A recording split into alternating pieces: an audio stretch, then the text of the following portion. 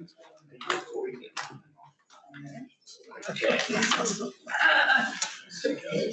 morning all and welcome. It is 9:30, so just a little bit of housekeeping before we start.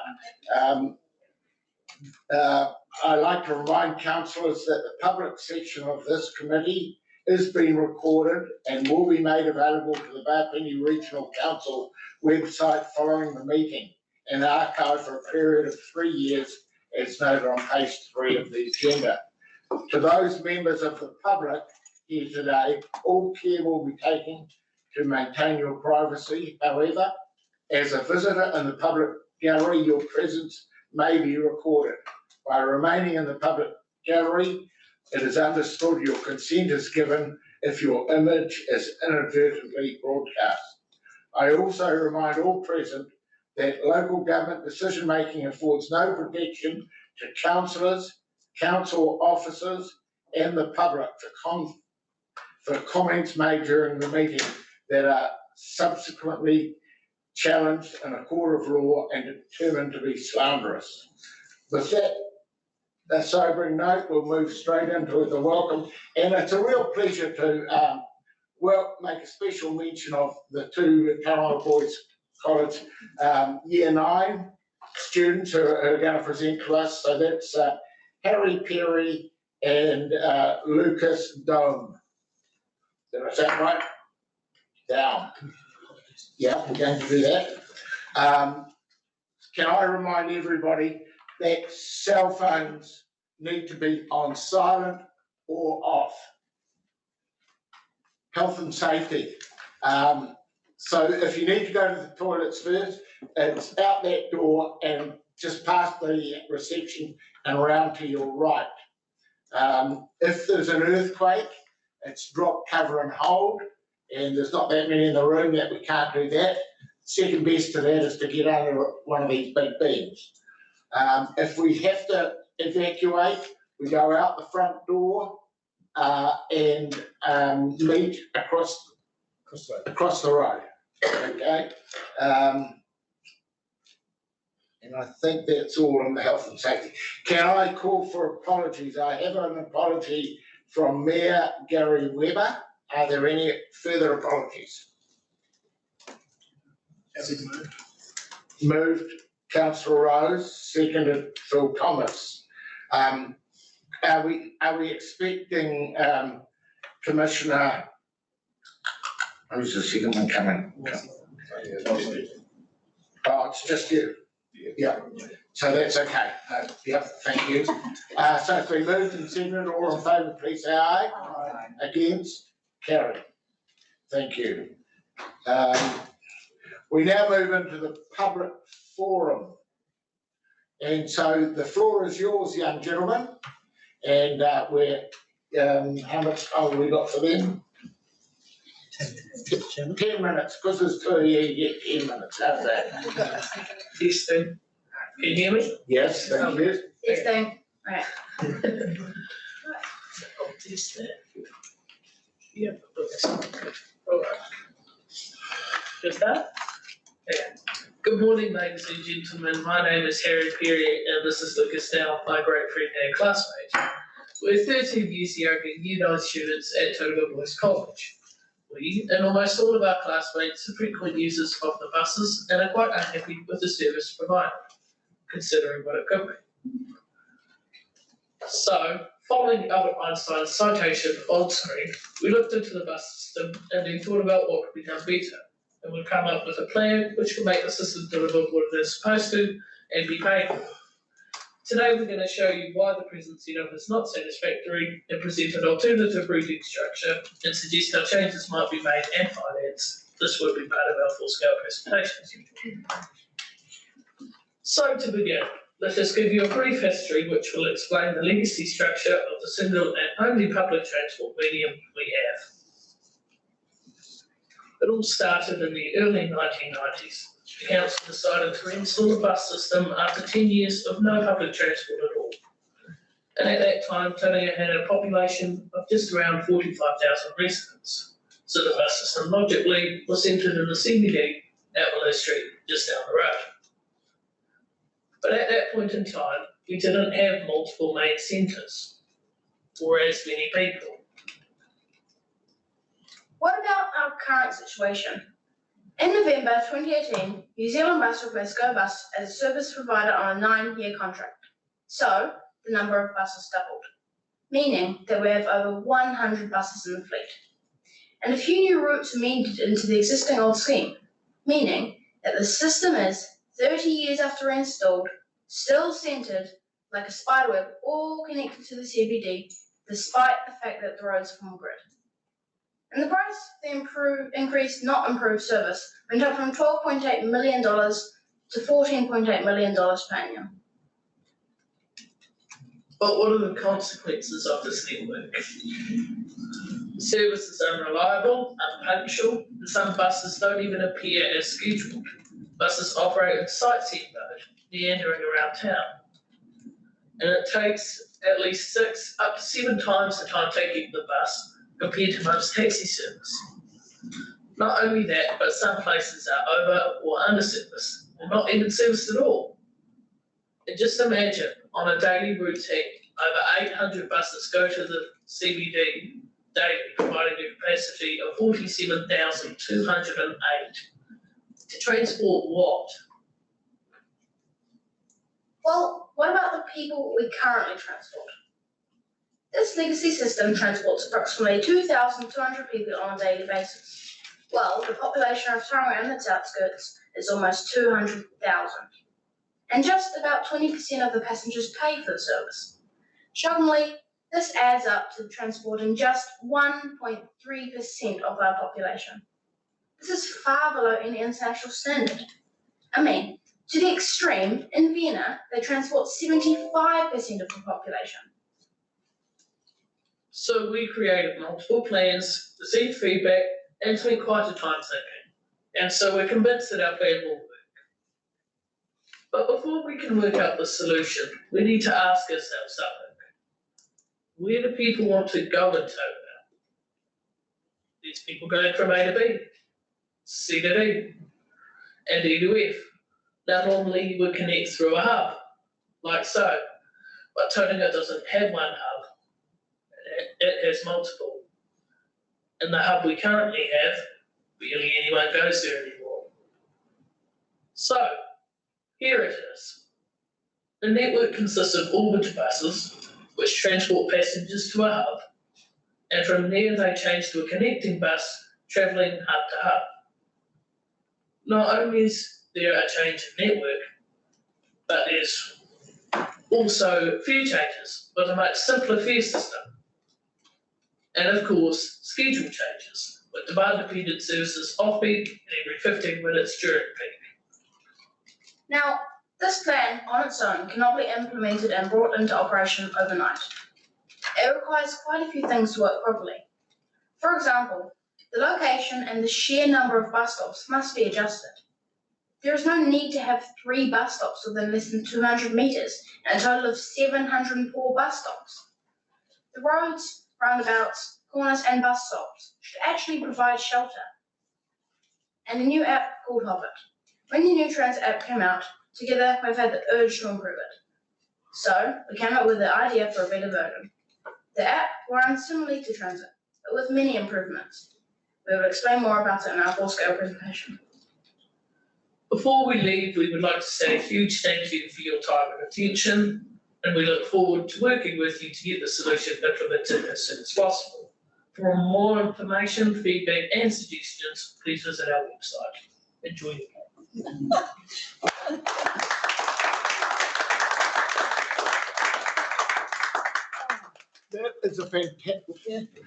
That is a fantastic presentation. Well done, you guys. You've obviously got far too much time on your hands. Councillors, are there any questions of clarification? Stunned silence. One, Mr. Thomas. Thank you, and through you, Chair. Yes, great presentation, and watch out, otherwise you'll find you've got a future in public transport planning. Look, just one question. You did mention the demand aspects of your scheduling plan. So are you thinking the sort of what we've referred to possibly as Uber buses, where you call in and book your trip, or are you thinking some other sort of response to Pretty much just scheduled like it is currently, but different beers and times changed Great, thanks. and commonality across the routes with frequency. Thank you for that. And if you have a continuing interest in this and watching, quite worthwhile, most probably keeping an eye on some of the trials going on there on demand bus services, especially down in South Island. Councillor Mays. Thank you. I found that really interesting. But I didn't, you moved the slide forward a bit fast for me to actually see what your orbiter network looked like.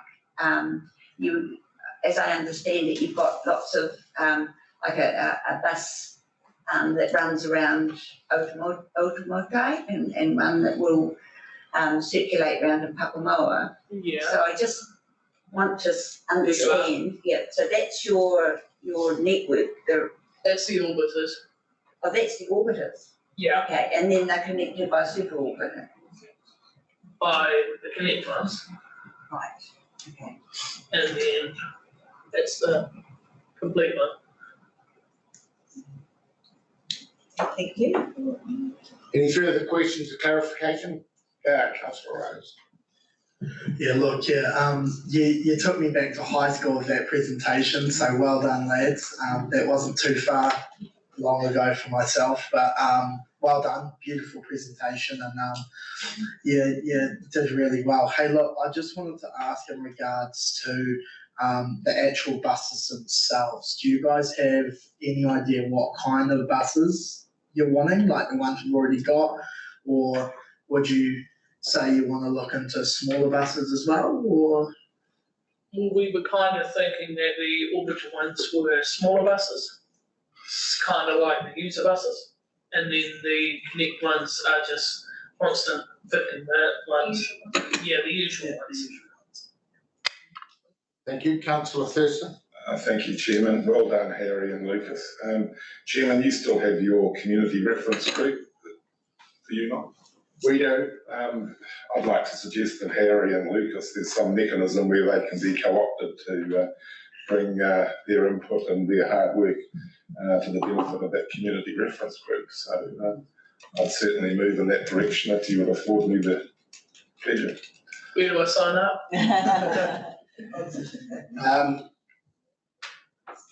I'm happy for staff are giving us a nod.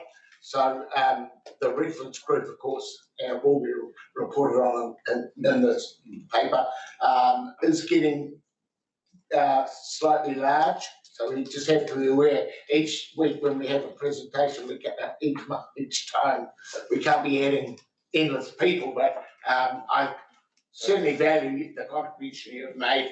It's a very clear, concise, well presented presentation, and I thank you for that. I don't think we need to pay. But Chairman, I think these are the sort of young folk in this community we need to put into harness. Yeah. And I would certainly, if you are agreeable, I'd certainly like to move that they be co-opted onto your community reference group. Seconded, moved and seconded by councillor Thompson. We'll put it to the vote. All in favour? Aye. Against? Well done, Sounds like you're there, boys. Thank you very much. And you're welcome to stay in the back of the room and stay with us. I think you were going to stay till morning tea. Yeah. So, yep, thank you. I'm hungry anyway. Okay, let's move forward. So items of general business that are not on the that are on the agenda. There are none. Mr. Chairman, Yeah. question TSP update. Should we not have a regular update on TSP progress?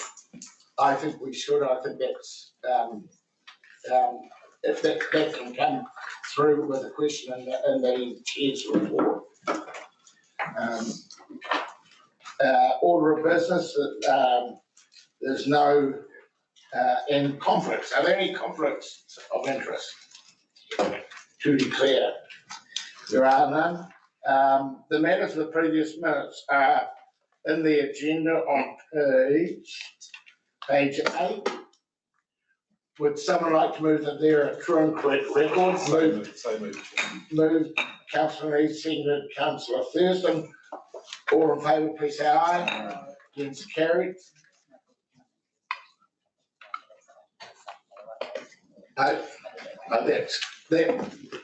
That's a very good point.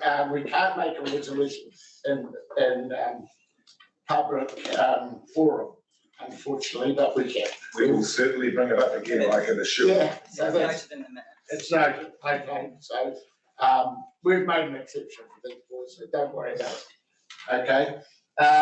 So are there any matters arising out of the previous minutes anyone wants to bring up, or corrections? There being none, we move on. The chairman's report, page 19. So can I recognise Cole O'Keefe, who is the Whakatare NZTA representative for this committee, who's on Zoom. He is there. He is there. Thank you. And we just to let you know also that we have Nick Renton, who is on Zoom. He's going to present at 8.3 the accessibility concession paper. He'll do that via Zoom. I think he's not feeling that well this morning, didn't want to go to city bugs. So who's going to present that from the chair, but go through the paper for us? I'll start, but I have James and Ruth here as well. So between us, we have a number of updates for the committee. Good morning, committee. I'll actually just jump over to page 20 for some updates on funding. As you're aware, this council has offered the living wage to operators for the bus drivers since early 2019. This council has funded that 100% without any contribution from Waka Kotahi to date. We've recently been advised that the government has now directed that all councils across this country adopt the living wage for bus drivers, and Waka Kotahi has advised that it will be providing funding at the normal funding assistance rate of 51% for the living wage. So that's really positive. We've been working very, very closely with Waka Kotahi on this. They've looked at what our council has done to inform how they're going to implement the living wage across or nationally. We have asked that, or requested from Waka Kotahi that the funding contribution is backdated for this council. Obviously, for a lot of other councils who haven't tracked the living wage, the funding gap between current base rates or minimum rates to living wage is a lot bigger than the gap that we have because we're already paying. We're waiting on a response from Waka Kotahi on that, and so I'll be able to provide an update hopefully at the next PTC meeting. Do you want to take questions while we're going? Just a question, if it's all right, on the living wage. We didn't actually, the bus contract in Rotorua didn't actually pass it on, did they? So we are still withholding that money. So what is our position with regard to that contract? When are we going to ensure that the living wage is actually being paid to those bus drivers? And what is the situation with regard to backdating, if in fact we've allowed for the funding but it hasn't been passed on? Yeah, so it has been quite complex in terms of implementing the living wage across the entire region. Ultimately, it is up to the operators because it's an employment issue. The primary reason it wasn't adopted in Rotorua was because the operator felt that it created discrepancies between their various contracts, and so they wanted to have a consistent approach nationally. Now that the government is requiring a consistent national approach, they're now willing to engage and to pay their drivers the living wage. So we've just commenced our discussions with them about that. But unfortunately, it won't be backdated. It will be most likely from the 1st of September this year, which is the date that the living wage changes each year. And so that's the date that most councils are working towards.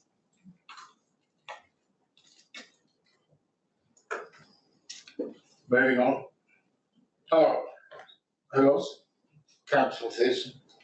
Thank you, Chairman. I've got to say I'm somewhat embarrassed about this because coming from Rotorua, I firmly believe that the living wage should be passed on, in particular to all the drivers in Rotorua. And if I'd been asked by the media or anyone else, I would have stood firm and said that it was definitely being done and actioned. I can see where the owners and the operators are coming from if they passed it on in Rotorua, that would obviously they believed had a domino effect. But my question to them is, well, let it be a domino effect and let it roll out to all their contracts right throughout the country that they particularly hold. So from me, a personal apology to the bus drivers in Rotorua in particular, because I firmly was of the view that they were receiving what I believe to be the living wage. Mr. Thomas, then Councillor Rose. Thank you, and through you, Chair. Look, I've got to share Councillor Thurston's sadness, and I'm kind of appalled that we weren't doing this in Rotorua. Very pleased to see that it will be happening, and I do want to congratulate the previous Public Transport Committee for Baptingi Regional Council in actually providing the living wage to your bus drivers in Tauranga. I think it's fantastic, and congratulations on having led a change in New Zealand. Thank you, Councillor Rose. Thank you, Mr. Chair. And just a question to staff in regards to the Tauranga bus drivers and the current situation with their living wage, having that been increased with the minimum wage back in April, sorry, not October. What's the situation there? Have NZ Bus come back to you guys with any update on whether the drivers have had their pays increased to the new living wage increase or not? Are you referring to the increase from the last increase in September 2020? So is that what you're referring to? Yep.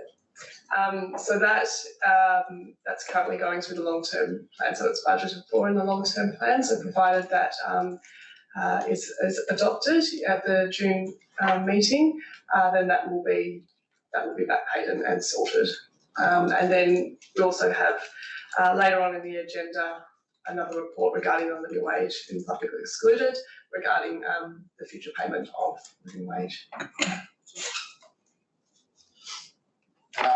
Moving on, and just before you do, recognise Chairman Leader has entered the room. Welcome. Yeah. We've got to be good now. Moving on. Just one other funding update. We've got confirmation from Waka Kotahi that they will provide 100% top up of all lost fare revenue for the Super Gold funding. So that's really positive. And I'll pass over to James now to provide an update on the business case. Tēnā koutou katoa, good morning everyone, and I'd just like to thank Harry and Lucas for their excellent presentation, and I'm now seriously worried about my job. But as I am still here, it falls to me to give you a few updates on matters arising. So the first of those is actually relevant to that presentation. It's the Western Bay Public Transport Services and Infrastructure business case, which is a key priority through Transport System Plan and indeed the Regional Land Transport Plan. So funding for that business case has been allocated both through the long-term plan and through the RLTP, and we are anticipating a decision on funding from Waka Kotahi through the NLTP in August, once they have published that particular document. But in the meantime, staff from the Regional Council, the City Council, Western Bay District and Waka Kotahi are working together on scoping up the point of entry for that business case. And one of the key challenges is the sheer number of business cases that are potentially being promoted through the Transport System Plan. there are a number of area-based business cases which will propose public transport improvements, and then we have our overarching business case looking at the strategic picture, so covering bus service improvements or changes to routes, covering strategic infrastructure such as bus priority, park and ride, transport hubs and the like. So the anticipated start date for that business case is later this calendar year. So we will need to work out, once we have received confirmation from Waka Kotahi, the balance between resourcing the business case internally versus bringing in specialist consultants for specific issues such as demand forecasting and costing of infrastructure improvements in particular. So yeah, it's going reasonably well in terms of the progress, but we are still waiting ultimately for Waka Kotahi funding. Councillor Thompson. Yes, through you, Mr Chair. So James, how is the Cameron Road project going to be integrated into this work? Through the Chair, the Cameron Road project, as we know, is one that is actually programmed to start construction in August. So at the moment, City Council and Regional Council are working through the specifics on the bus priority measures and looking to ensure that our services are made more reliable and ideally faster in order to meet the transport system plan targets, which look at a trebling of patronage along Cameron Road. So we see Cameron Road very much as a test case of actually, can we deliver stuff on the ground? That provides the proof of concept for then moving into the business case and saying, how can we do this elsewhere? So there's a good opportunity to actually test some stuff out and learn some lessons and see actually how improved bus priority does drive patronage growth. You know, it's an absolutely critical investment to get right for this city. Chairman Leader, followed by Commissioner Zeld. Thank you, Chair. Look, it's a comment, really, and I must say, when I read here that a business case is going to take 12 to 18 months to complete, when we know so much about the network anyway, you know, we've got to be careful we don't have paralysis by analysis. So I know staff are doing their best, and there's other parties involved, but that's a long time.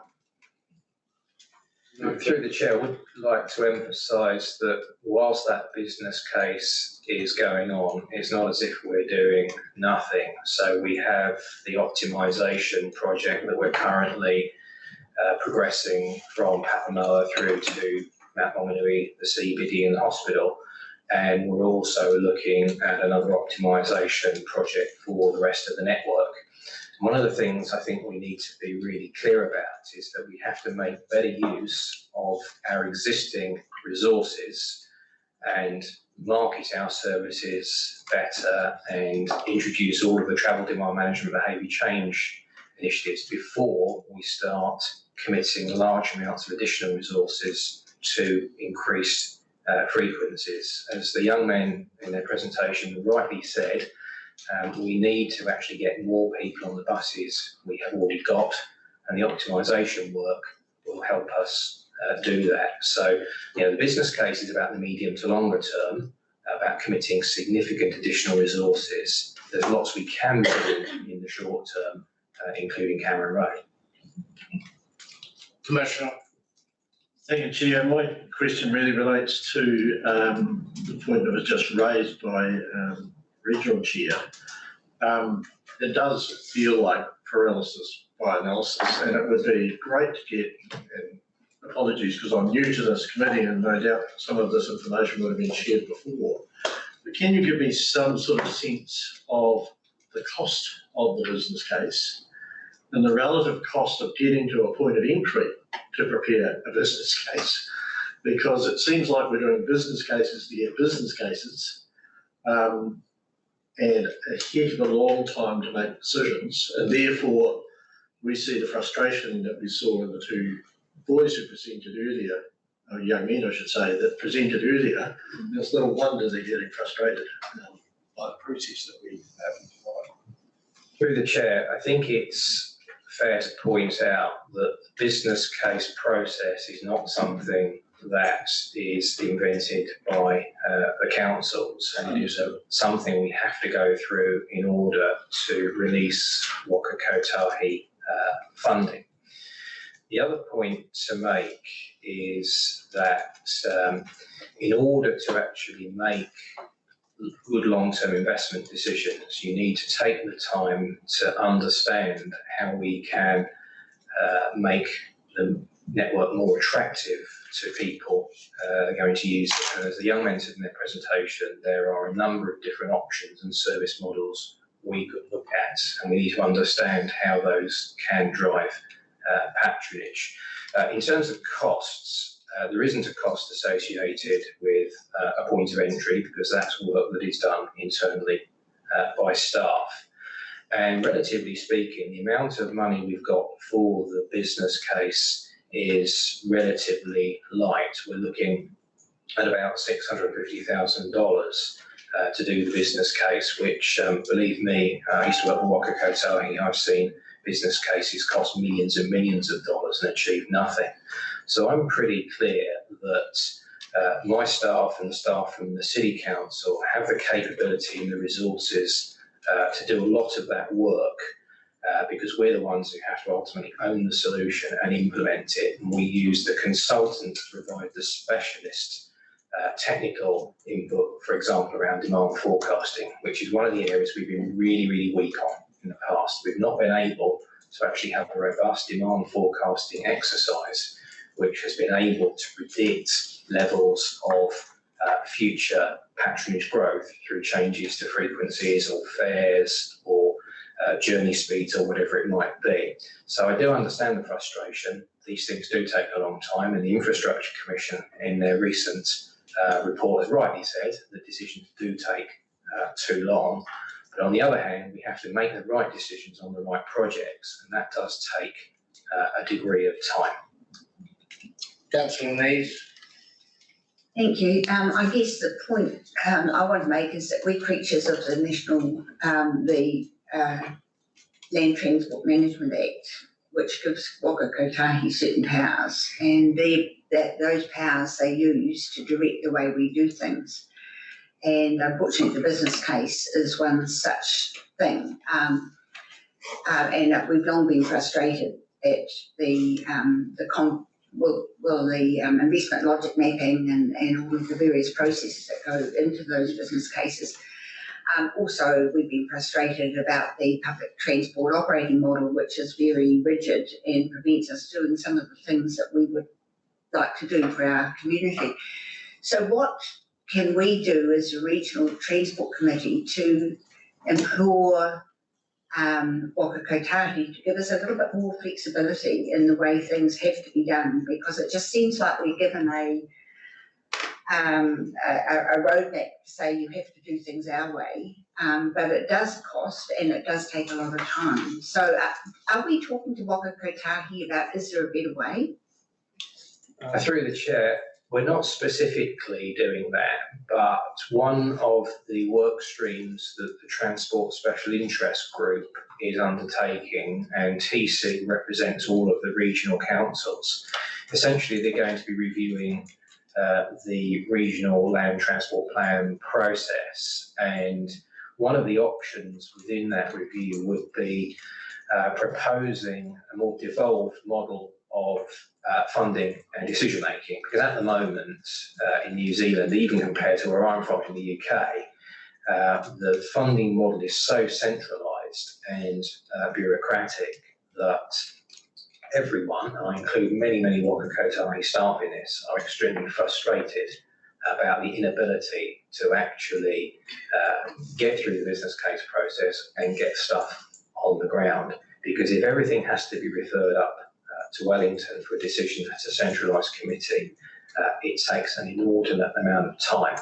So one of the things, and this is a personal view only, I should add, that I'd like to see is a much more devolved approach where we have a regional budget allocation, and we work with Waka Kotahi and the territorial land authorities to prioritise and decide over a period of time which projects we want to fund and what level of of business case work we need to do.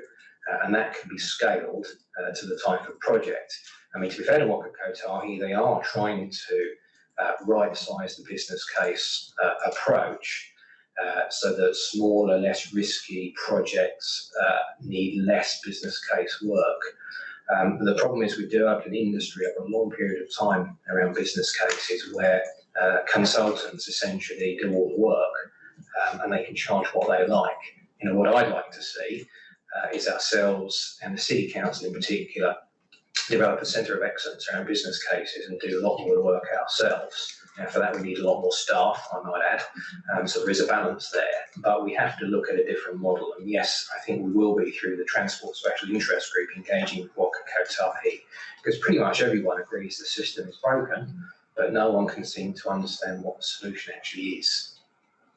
Before I go to Councillor Thompson, then Mayor Turner, I wonder if Cole O'Keefe from Waka Kotahi would care to comment.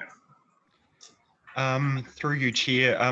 Yeah, I don't have a lot to add. I think the right sort of vehicle is through the special interest group, as James has mentioned.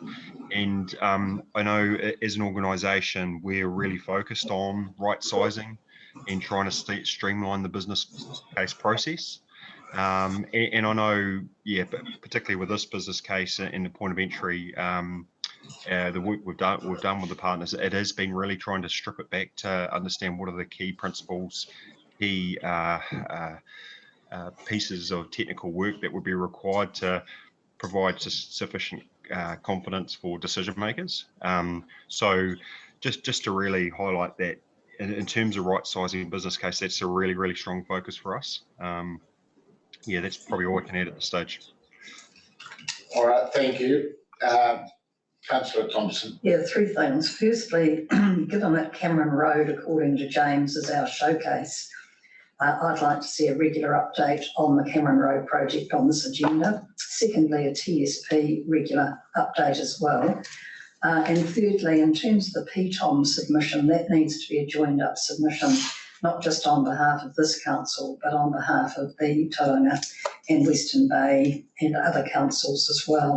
So I'm actually also minded that the regional council invested very, very heavily in additional staffing resource and other resources as part of our long-term planning process. And at some stage, sooner rather than later, we need a very good understanding of actually what is going to be required to actually make some progress on the ground as soon as is possible. Thank you. Yeah, through the chair. In relation to that last point, firstly, I'm very grateful that the support that Regional Council has shown myself and my team in terms of agreeing to extra resources through the long-term plan. That's very much appreciated and acknowledged. And we're already starting the recruitment process and have made one offer to a member of staff, and we'll be progressing another number of priority roles with urgency, because we recognise we can't keep going on as we are. Well, we have to get more resource in, and the right resource. And I know Tauranga City Council are in exactly the same position as us. They have got significant resource increase aspirations through their long-term plan, and it's credit to them for actually putting that out there and saying that we do need to invest in staff, because it's not often a politically popular message, but we do have to get stuff done. I hope staff are taking on board the comment regarding the Cameron Road and the TSP updates, because they're absolutely fundamental to the work of this committee. Yep, through the chair, agree. Mayor Turner.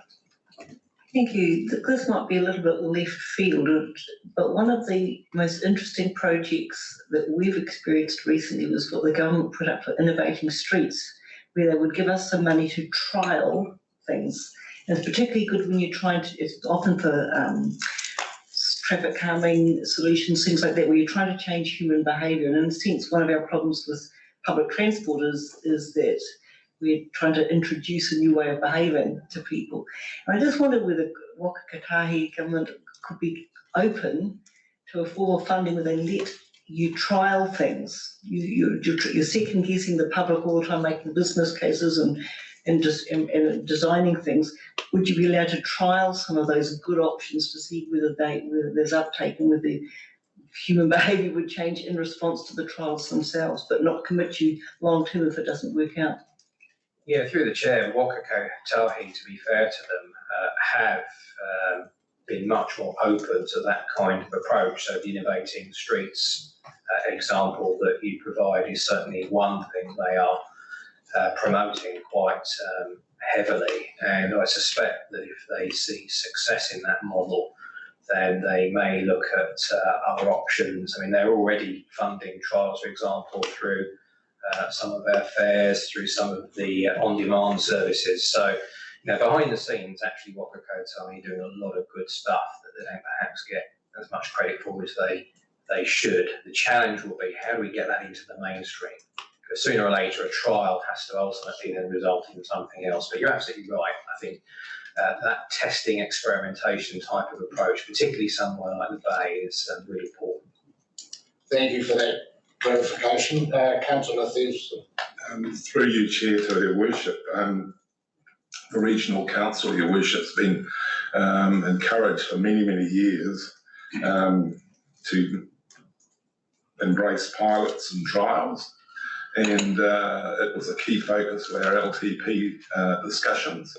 And I know my colleagues all around the table are very keen to pilot and trial anything, but we've been urged to do it by the government. So let's go for it. If it works, it works. If it doesn't, it doesn't. So, that's the message the government's clearly given us. Thank you. Let's move on.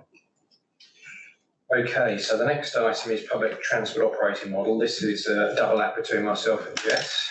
Like all good double acts, I will take over and just give you a very brief update. So, as we know, public transport operating model, or Ptom, essentially regulates everything that we do in terms of both the planning and the operation of public transport services. Ptom, in its current guise, was introduced in 2013 under a very different political and indeed funding environment. And now in 2021, the Ministry of Transport has decided that it's time for a review of Ptom, firstly in order to understand whether it met the objectives set for it back in 2013. And then secondly, to look forward and actually ask ourselves, is Ptom still relevant in what is now a very different and very fast-changing world? So the Ptom review really is absolutely fundamental to how we, as a regional council, work with our council partners and Waka Kotahi to improve how we plan and deliver public transport solutions. And there are a number of key aspects to the review that we are particularly interested in. So the first of those is decarbonising the public transport bus fleet.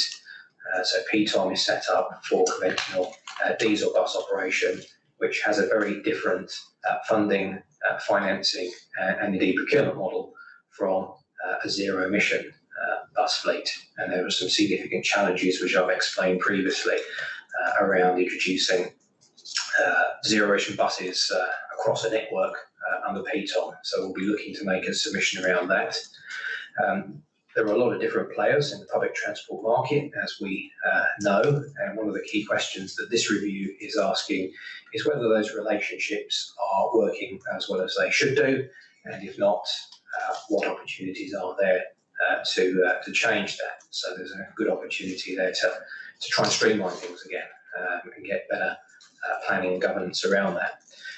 As Jess and her team will no doubt attest, a key challenge is the labour market for bus services. There's a huge pressure on staff resources to drive buses, and across the country, regional councils are struggling, I think, to ensure that operators are getting enough drivers to operate their services and keep the network going. So the whole issue about how drivers' terms and conditions are protected and improved, and how you make bus driving a more attractive career, so you don't have these labour shortages is a key focus of the review.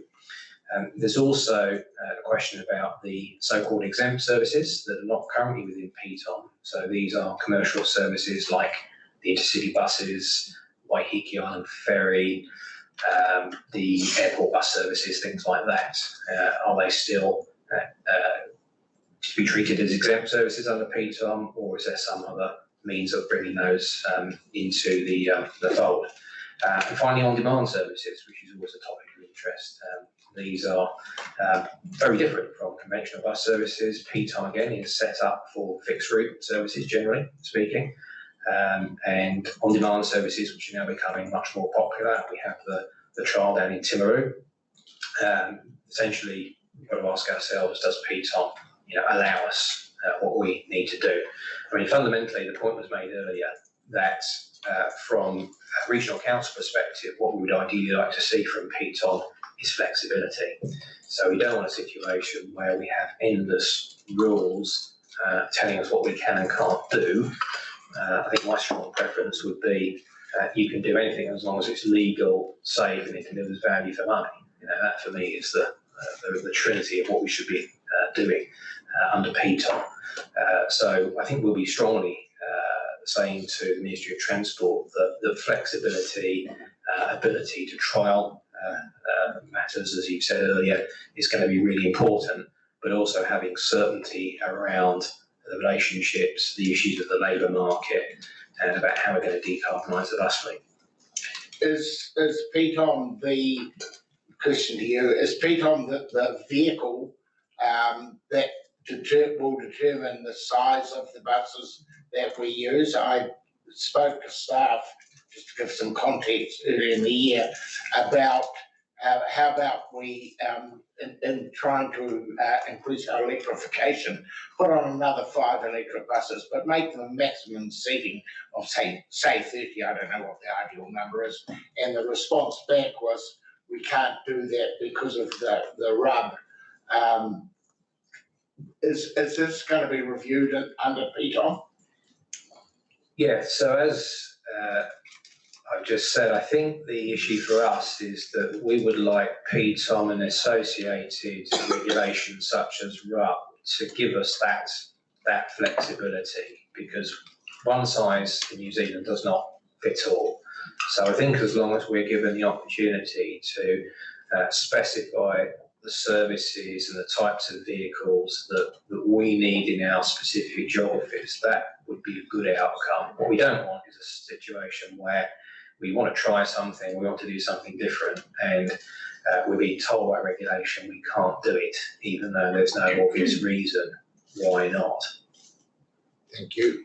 Councillor Mays. Thank you. I read in the paper that there's a detailed discussion document, not just the summary that we've got here. So can staff tell me, does that cover length of contracts as well as size of buses and all of these different things that have been a bit frustrating for us? Yeah, it does. And the length of contracts is an interesting one, because moving to decarbonised buses, which are in capital terms a lot more expensive, and you've got a lot more expensive infrastructure, there's a question about if you're a private operator and you're looking to bid for a contract under Vtom, what's the optimum length? 9 years actually is not that long if you're having to buy a 20-year life asset such as an electric bus, and then having to buy and fit out a depot with all the equipment. So yes, all of these issues are up for discussion. I think, to be fair to Ministry of Transport, they're pretty open to discussing pretty much anything.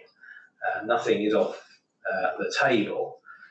The devil, of course, will be in the detail, but the interactions I've had with them so far suggest they're pretty flexible and open to persuasion about certain aspects. They don't have any fixed ideas, whereas I think there are other consultations we'll discuss potentially tomorrow at Regional Transport Committee, on the 9th at Regional Transport Committee, where there might be less flexibility. But I think this one's a good one. Chairman Leader. Thank you, Chair. Could you just expand on the comment in terms of the review? What does competitors have access to public transport markets mean? Given that we've got an open market RFP process, you go into a contract, what does that actually mean? What are you expected to do? So through the chair, the issue that any prospective bus operator has is that to bid for a contract and then to service that contract requires a lot of upfront investment, which we then get paid back through the life of the contract. So it's not as if you or I could decide to form a bus company tomorrow and just go and bid for something. There's an awful lot of work you have to do before you get any kind of guarantee of getting funding back. So the idea of competitive markets is anyone can just come in and come out really quickly, and then the incumbents are worried because all the time there's someone who can come over and take their territory. You know, the reality is that competitive markets in the bus industry don't really work in that way because you need so much upfront capital. You also need experience. You need bus drivers. You've got to try and recruit them. You've got to do a lot of stuff before you even get to a starting line of getting funding to actually do things. So that's what they mean by competitive. It means, can you actually even bid, as opposed to do we actually bid once we've got through that process? I'd like to add on to that, one of the biggest challenges that will be coming is through the decarbonisation of the bus fleet. So for operators that hold the contract at the time that the government is requiring us to transition to decarbonised buses, they are the ones that will then have all of the infrastructure to house those buses, to fuel them, and it's going to make it near impossible for any other bus operator to come into the market once those operators are set up. So that's one of the really big challenges that we need to plan for as an industry. Thank you. Moving on. Okay. Sorry, Councillor, Mr. Thomas. Thank you, Chair, and through you. Look, I'm loving to see those 4 bullet points, especially public transport as an attractive transport option. Obviously, that is a really pressing need to address in Rotorua with our continually declining patronage. I note that you mentioned that staff will be submitting on this. Will you be working with our territorial councils as well? So Rotorua, Whakatane, Rotorua especially has very different requirements to Tauranga, for instance, where congestion is a major issue. Rotorua, congestion isn't a major issue. It's more around environmental issues. It's about getting that patronage up, making it a more attractive option. So it'd be good to see that you were working with our TLAs to get their input into it as well. And I think that would strengthen that relationship with our TLA staff and that trust between people as well. Yeah, through the chair, completely agree, and yes, we will. Thank you.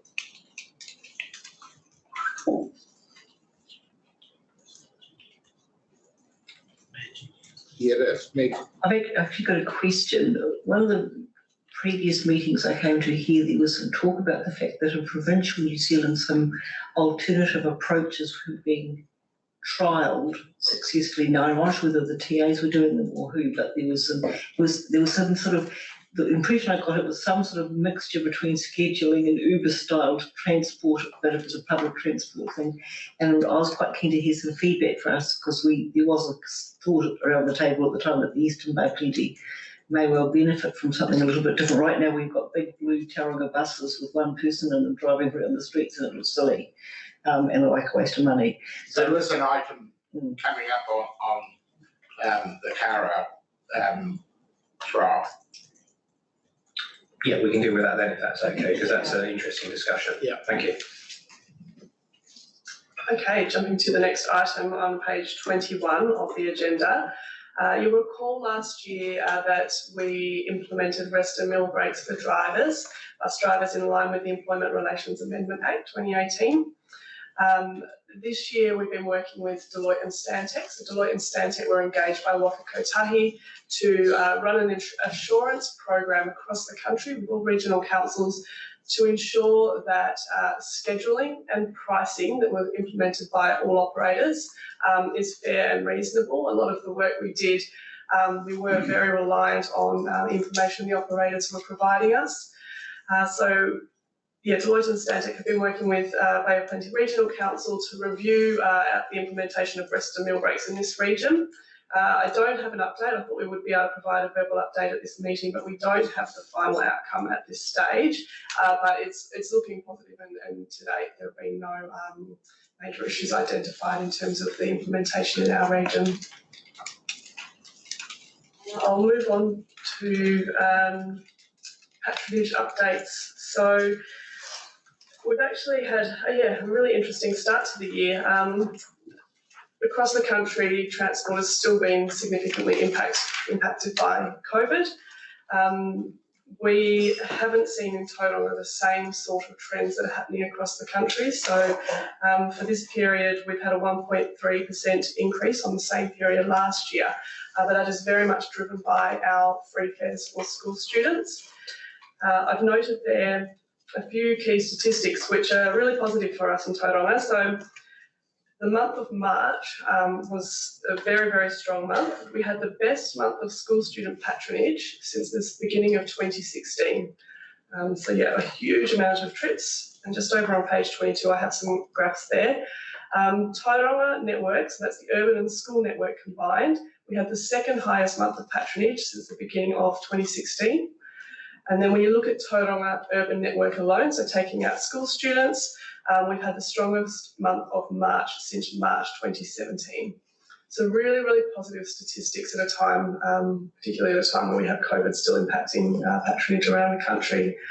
You can see from the graphs on page 22 there, there's the one with the blue line which shows that dramatic increase in patronage on the school network. We have seen strong recovery on the urban network, but it's really the aggregate of those two that has driven that change. We're still predicting approximately 2.6 million trips taken in the region. So that's similar to the 18-19 financial year and higher than the 19-20 financial year. I've also included a new graph there that benchmarks us against other regions. So that will be a graph that we'll include in the Arataki performance monitoring report from now on. But just to show you, it tracks the trends across the Bay of Plenty, Otago and the Waikato regional councils. And it's a really useful graph in that it allows us to see what is our national trend or what is something that's uniquely happening here. And from that graph at the top of page 23, you can see that in the Bay of Plenty, we have had a really strong recovery from COVID. More questions? I'll move on to the safety and security. Thank you, Chair, and through you. Just a little comment, and I know that we go through the patronage in more detail further on, but it is always nice to see all our TLAs in these summary notes. So, and I know that Rotorua is going the opposite way from Tauranga at the moment, but I think, it just keeps it. We're a regional body, and it's good to note what's happening in all our regions, even if it's just a one-liner. Thank you. Keep moving. Okay, so safety and security at bus interchanges. I just wanted to provide an update. Since our last Public Transport Committee meeting, we have extended the security presence to Farm Street, Bayfair, Mount Maunganui. Security schedule that we have in place, Greerton, Willow Street and Farm Street, is developed in conjunction with the security company, police and TCC. So we're all working really, really closely together to make sure we have the right resources there at the right times. We're continuing to work with Waka Kotahi and TCC to try to obtain some shared funding for that. Bay of Plenty Regional Council continues to fund this alone, despite the really positive impacts it is having for our community, not just on our buses, but on our streets. I had a meeting with police last week and they've seen a dramatic decline in calls to their service, to the police. So it's been really positive for them. TCC certainly commented that the feedback they've received is really positive. And then also for the bus operators, or for NZ Bus that operate here in Tauranga, basically we're not getting any issues on bus anymore, which is a significant, really significant outcome of this presence. We've applied to Waka Kotahi for funding. They've been really helpful in finding a mechanism by which the regional council can apply for funding. So we're waiting for the outcome of that decision, hoping to get an answer in the next 2 weeks. But currently, if we don't obtain funding from our partners, the continuation of the security hasn't been budgeted for in the draft long-term plan for this council. So I just wanted to make note of that. Can you please, before I go to Chair Leader, can you just talk about what it is costing this council in this current financial year? Yeah, so based on what we currently have in place, it's $700,000 per annum for the security presence. So it's a significant amount of money. That was a question. Thank you. Councillor Rose. Yeah, look, I guess in regards to security and safety, being a bus user myself, and I'm sure some of the members of the public that are in here as well can vouch as well, that having security down there is essential and it is a necessity now, because as we all saw in November and December last year, it was not a pretty sight down in Willow Street, nor was it a pretty sight in Farm Street. So I just wanted to ask staff, why was this not mentioned during our long-term plan deliberations in regards to funding for safety and security for bus interchanges? Two, what is the, how do I word this? What is the likelihood of this continuing on past July? And also, what are the reasons for security being pulled back in regards to hours? Because as I understand it, those hours have been pulled back from 10 p.m. slowly through to 8 p.m. and now they're at 6 p.m. Over to Matt Taylor to answer the LTP question. Just on the, through you, Chair, so on the LTP question, so this was never a budgeted item for the regional council. It was done on the basis of an agreement that we had in place following a meeting with former Taronga City councillors and the regional council. So it was done in collaboration with an expectation that funding would be advanced by those partners. That didn't happen. So we've been quite clear all the way along that the regional council has been picking up the costs because of the agreement that was reached at that meeting. However, no long-term plan funding has been put in place for this year. In answer to the scheduling of security, so when we put the additional 2 security guards at Farm Street, because of the funding constraints, we had to reduce some of the hours at the other bus interchanges to be able to put additional security guards on. But as I said, that has been done in conjunction with TCC and the police. And so police are aware what times we have security out there. And really it's for them to provide that security for our community outside of those hours. While it has been successful in behavioural change, there is a cost to it that is pretty high.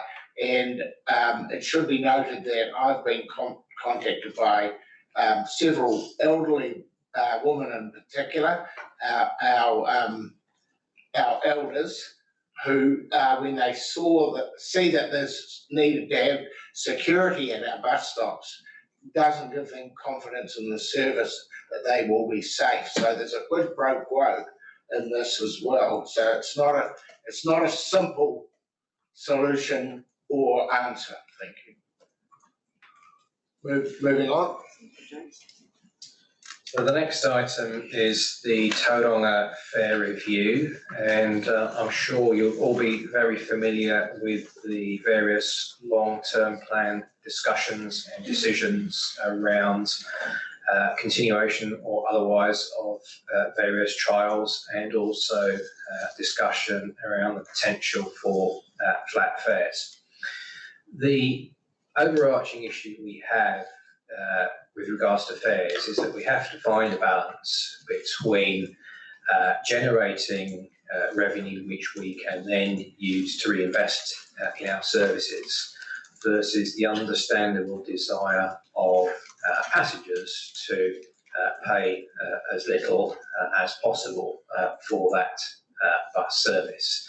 So I think we can reasonably say that Regional Council has been very proactive in terms of looking at the case for different types of concessions, and I think we've been very mindful of the requirements of certain elements of the population, mobility impaired people in particular.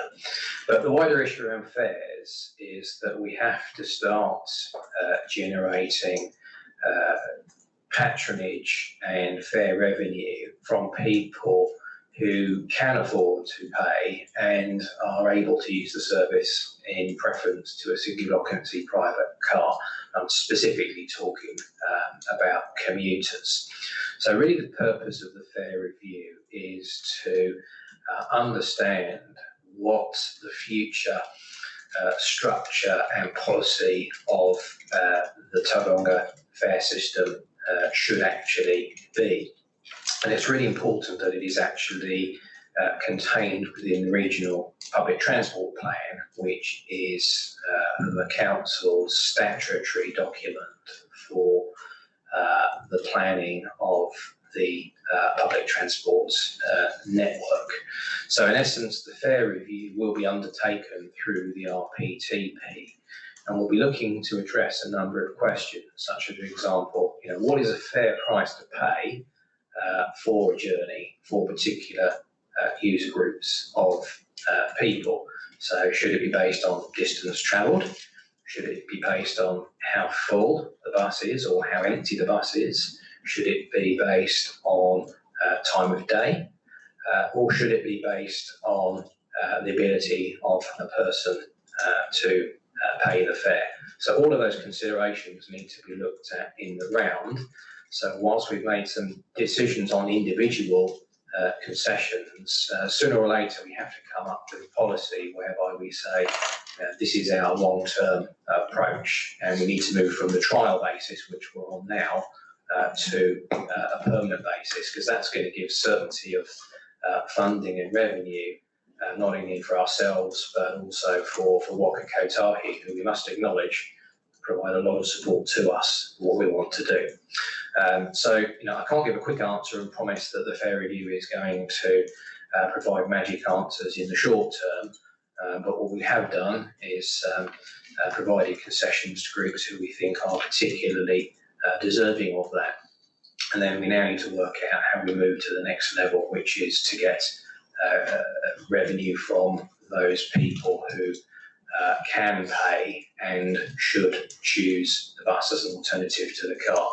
Key to all of that, of course, will be things like the cost of car parking, because we know that free car parking is a huge incentive for people to drive.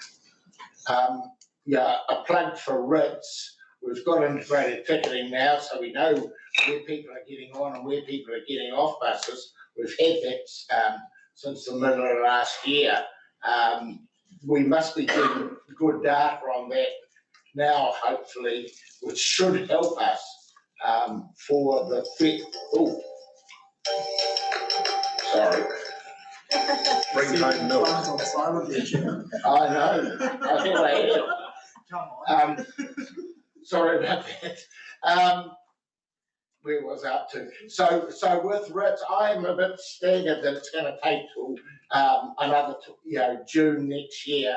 So another 12 months before we even get the completion of this initial part of the thing. And you're saying that it will take till 2023 before it comes in. This is synonymous with what we've been talking about before, about business cases and whatever. I think there's some real urgency around this, and I know you've got staffing issues, but structuring our fare, the discussion about this to me is one of the fundamental things. If we are going to get mode shift change, we actually have to get that right. I mean, there's a lot to get right, but I'll move on to, unless you want to comment. Thank you, Mr. Chair. I'll listen to the other comments and try and respond perhaps in one hit. So we're going to Nees, Rose, Thompson. Any more bids? Norm was first, actually, sorry. Thank you, through you, Chair. I don't think you talked about who should pay in that study, and surely that should come into it. The question of should the passenger pay or should the car driver pay? Now, we don't have all the tools, but surely that should be in the discussion. Thank you. Councillor Von Davison stole my words because we've been talking to the public about doing a peer review for a long time, and we consulted on it in our long-term plan, and that has led us to make some decisions on further pilots for free fares. But it just seems that we are being very slow to do the in-depth thinking, and I need to understand the overlap between our pilot fares, which are they going to run until the end of 2022? So we've actually got those budgeted for a year and a half, is that right? That's my understanding, yes. So the intention with this fare review was to, once those pilots finish, we'd roll on with our new fare system. But saying that, I hear from the public the frustration that they were expecting a stage 3 review of the public transport system, and now that's changed to an optimisation review pending the business case. But we've also been talking for a long time about fare reviews, and if we can do some of the thinking earlier and get on with it, I think that would be an excellent thing. So we went then to Councillor Thompson, Rose, then Thompson, then Commissioner Selwood, and then Thomas, and then morning tea, hopefully. Yes, I hear morning tea, yes. No, look, in regards to the fare review, we've been talking about it since I came onto council in 2019. We've been talking about it, but nothing's happened. And obviously, through our long-term plan, or the draft long-term plan, we've deliberated and come up with new pilots. But as I said during those deliberations, it's coming to a point now where we can't continue to use pilots and trials as an excuse to get funding from Waka Kotahi. We need to actually just get on and deal with it. And the stage 3 review as well, that's been talked about since probably before my time. And actually, the thing is we still haven't done it. And to hear that we're going to have to wait, one, for a fare review, let alone that review, or that review's been changed, it's actually quite disappointing. And I think we as a council need to figure out where our priorities are at in regards to the fares. And then we need to go out and we actually need to have a chat to the public about this, because we need to hear from them. And actually, we've said we're going to talk to them, but what have we done?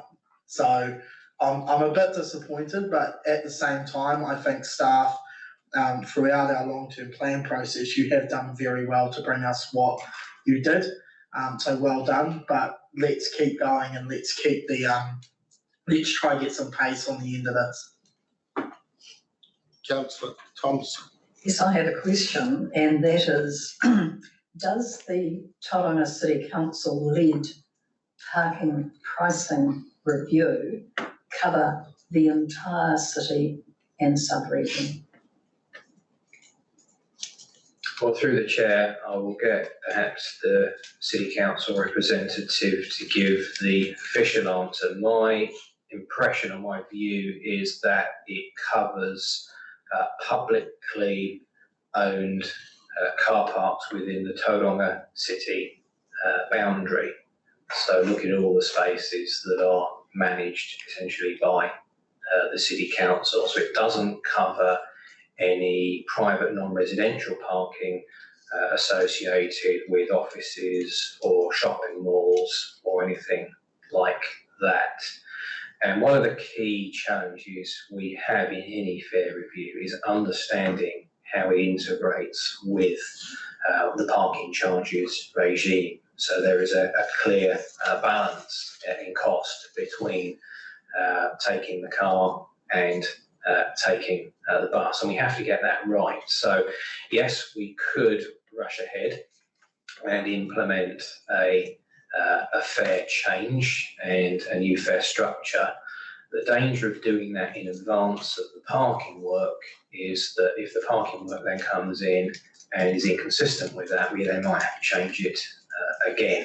So I'm trying to strike a balance between the understandable desire of councillors to get on with it and with the public to get on with it. I understand their frustrations. I'm just concerned that we don't do anything premature. In my view, we've struck the right balance between continuing to provide concessions for groups of people versus the medium to longer term approach of actually getting a system that's fair for everyone, including the ratepayer. Thank you. Commissioner. Yes. Do you want to add to that? Oh, through the chair, I was just going to know, but told on the city council in the next year, I thought it would be useful to get input. Would you like to come up to the microphone?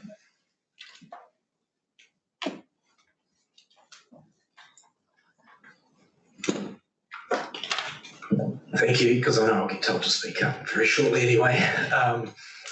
So the parking strategy, James is correct, it focuses on public parking land and certainly has a focus on how we can better manage access to parking within the centres, like the city centre or places like the Mount or perhaps Greerton. It does also provide some direction in terms of how other tools that control parking, like the city plan, might be better directed to control parking in the future. There's a number of different ways that parking is controlled, and I guess so that we're able to develop a parking policy that sort of focuses on publicly available parking through that development, and the city plan is seen as the best implementation tool to then provide better direction on how private parking at shopping centres or residential development or commercial developments is managed. It would appear to me that it is essential that our at a staff level, the regional council and the city council have alignment and are working closely together, because if we're going to get mode shift change, which is what we have to have, and to get a more effective bus system, we can't do it on our own, and it's parking, it's bus prioritisation, it's all those things. So how can you give us a feel from your view of how we're working in an integrated manner? Because if we're not, we're really wasting a lot of money. So both OFTI and the Transport System Plan identified the need to integrate these two pieces of work to make sure that they were aligned, and they did, acknowledge and identify the levers that each can pull to achieve mode shift as one outcome. The other outcomes are around better urban development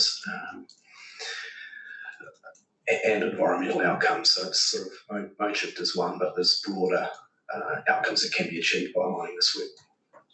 And I'd like to add that Alistair and his team have been very, very collaborative with regional council staff in terms of sharing their initial thinking around the parking policy and the emerging strategy. So we're working very closely and very well with the City Council on this particular project. I am conscious that in terms of the information the city needs about the bus fare review, we're somewhat behind on that score for the reasons I've outlined, but it does require regional council now to provide more input into that parking policy and strategy process. And I'm very grateful to the City Council officers for their open, honest and collaborative approach, because if we're absolutely blunt about it, trying to manage parking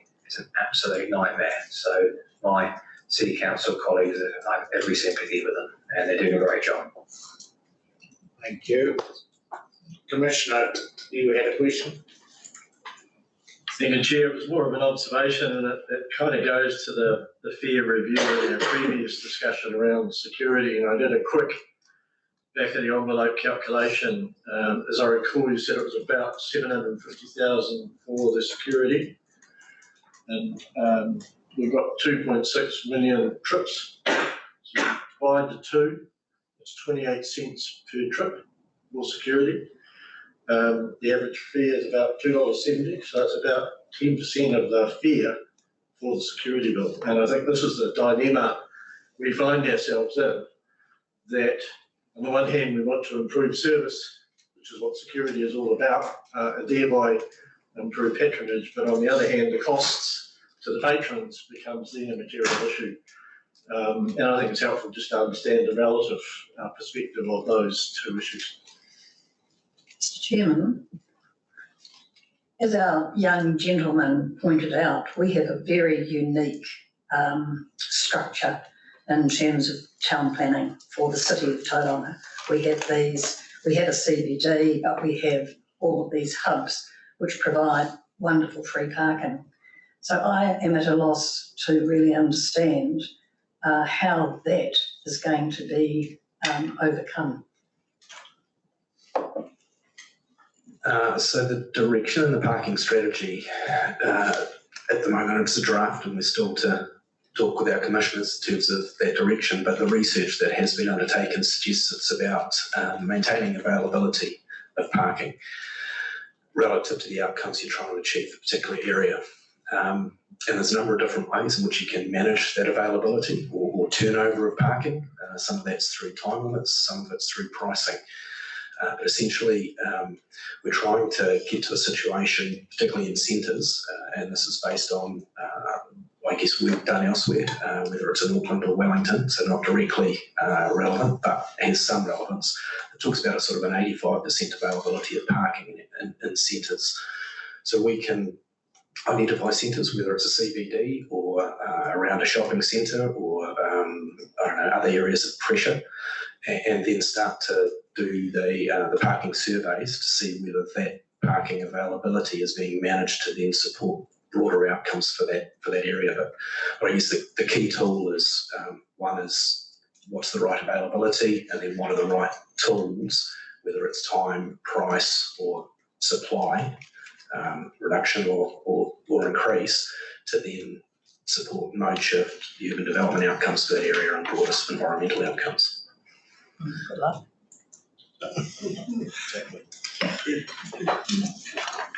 Did you have a question? Thank you, Chair, and through you. And look, this is just a comment really rather than a question. And I note James's and other areas of this report has mentioned the pressure on staff numbers and resources, and obviously this is an issue, difficult issue that councillors will have to address in your long-term plan deliberations. But I think we need to remember that in the last 4 years we've had quite a change in direction from central government on their priorities around transport, from building more roads to encouraging mode shift, trying to address climate change issues, public health issues, and also congestion in our cities. So I think that has increased the need to get results more quickly in all these things, including looking at fares reviews and the idea of increasing patronage on the buses. So I know it's a very difficult area, but I think the bottom line is if you want to speed this stuff up, more resources need to go into developing the plans and outcomes. Thank you. Moving on, because morning keeps waiting for us and it's way over time. Ruth, are you going to do the Western Bay Public Transport Forum? Yes, just a quick update on the meeting of the Western Bay Public Transport Community Panel on the 18th of May. We held mainly a workshop session around why people don't use the bus. So there was 3 groups and the participants: commuters, elders and youth. So it's fair to say there was quite a different range of feedback from those three different types of groups. For example, the youth people tended to focus straight on the solutions, which was great. The elders more around the values about what they were concerned about in terms of bus safety and things like that. And then the commuters kind of picked up on a tricky issue around shift workers and when the services extend to or what, those sort of things. So there's lots to unpack in those responses. So we'll feed those into the travel demand management project that Nick will talk to you about next or after morning tea. And also we'll use some of that feedback in our planning for the next meeting about what we discuss in a workshop session again. We did touch on the scope of the regional public transport plan review, but unfortunately we sort of ran out of time to get too much into that, but that will be available for the panel's feedback, and different components of those review will come back to the panel for future comment in the future. The next meeting we're looking at dates in early August, or the date to be confirmed, and what topics we discussed at that panel meeting. Thank you, Councillor Neith and Councillor Thurston. Thank you. It's great to get that feedback, and I'm just wondering, are minutes taken of those meetings? And if they are we able to get them? Because it's very useful to get firsthand an understanding about what our committee thinks. Yes, certainly once those are in a form that are digestible, we will certainly circulate those. Councillor Thurston. Chairman, in terms of meeting procedure, is this the item where you wanted a formal resolution, re Harry and Lucas? Because I'm happy to move formally. That would be good. Yeah, so you're moving and Councillor Thompson seconding. Thank you, Chair. So this is our two speakers this morning from Tauranga Boys College be invited to attend the continuing Western Bay of Plenty Public Transport Community Panel. All those in favour, please say aye. Aye. Against? Carried. Thank you. We've got morning tea beckoning, but first, can I move that we receive the Chairman's report to our Secretary, Councillor Rose. All those in favour, please say aye. Against? Carried. Let's have 20 minutes of morning tea. We'll be back at 11:15.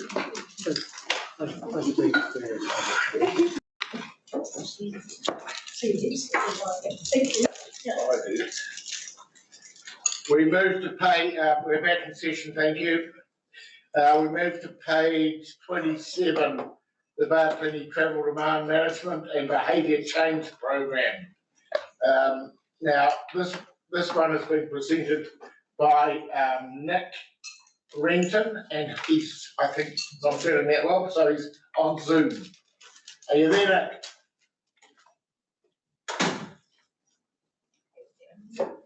There, Nick, are you there? Can you?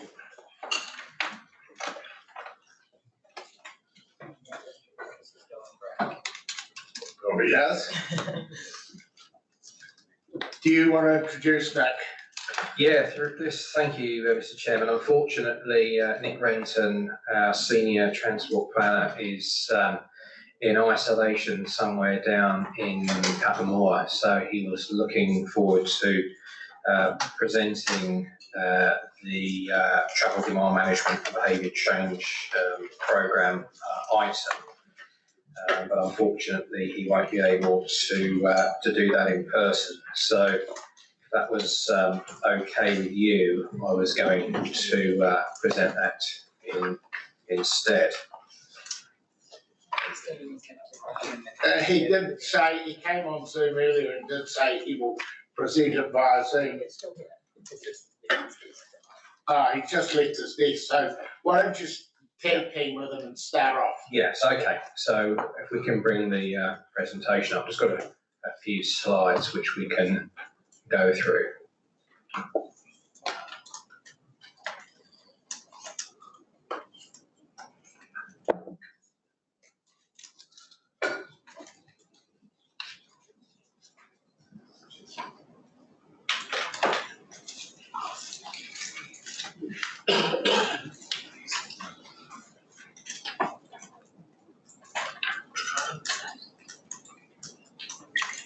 Okay, Okay, so this is the Travel Demand Management Behaviour Change Programme, and when embarking on any kind of exercise like this, it's always a good idea to ask the following question. Why are we actually doing this? So as we have discussed on many occasions, we have a significant challenge with demand for single occupancy car travel and all of the negative consequences associated with that. But the point I want to emphasise in this presentation is that the Travel Demand Management and Behaviour Change Programme is for the whole region. It isn't just for the Western Bay. So what we want to try and do here is summarise why are we doing this for each of the different sub-regions. So if we start with the Western Bay of Plenty sub-region, as has been highlighted in previous discussions, the key drivers are expressed through UFD and the Connected Centres Programme, and more latterly the Transport System Plan, which identifies travel demand management and behaviour change as an absolutely crucial initiative. So it isn't just about building stuff, but it's about how people use the services and infrastructure, particularly for public transport, walking and cycling, so that there is that focus on reducing demand for single occupancy car travel. In Rotorua, the issues are similar and different. We do have a public transport network that is struggling to attract passengers, to put it mildly, but we also have wider economic growth, accessibility and tourism issues and initiatives that travel demand management and behaviour change can certainly help to support. So any thriving city, and Vienna was identified as an example of that, has a very strong public transport base and level of patronage. It's actually a sign of a very successful urban area when bus travel is a significant part of the mode split. In the Eastern Bay, the issue again is slightly different. So here we have some very deep rural and isolated communities, and the question isn't so much why don't people travel by bus, it's more is there even a bus for them to travel on, and is bus in the conventional sense the right solution for an area such as the Eastern Bay of Plenty sub-region.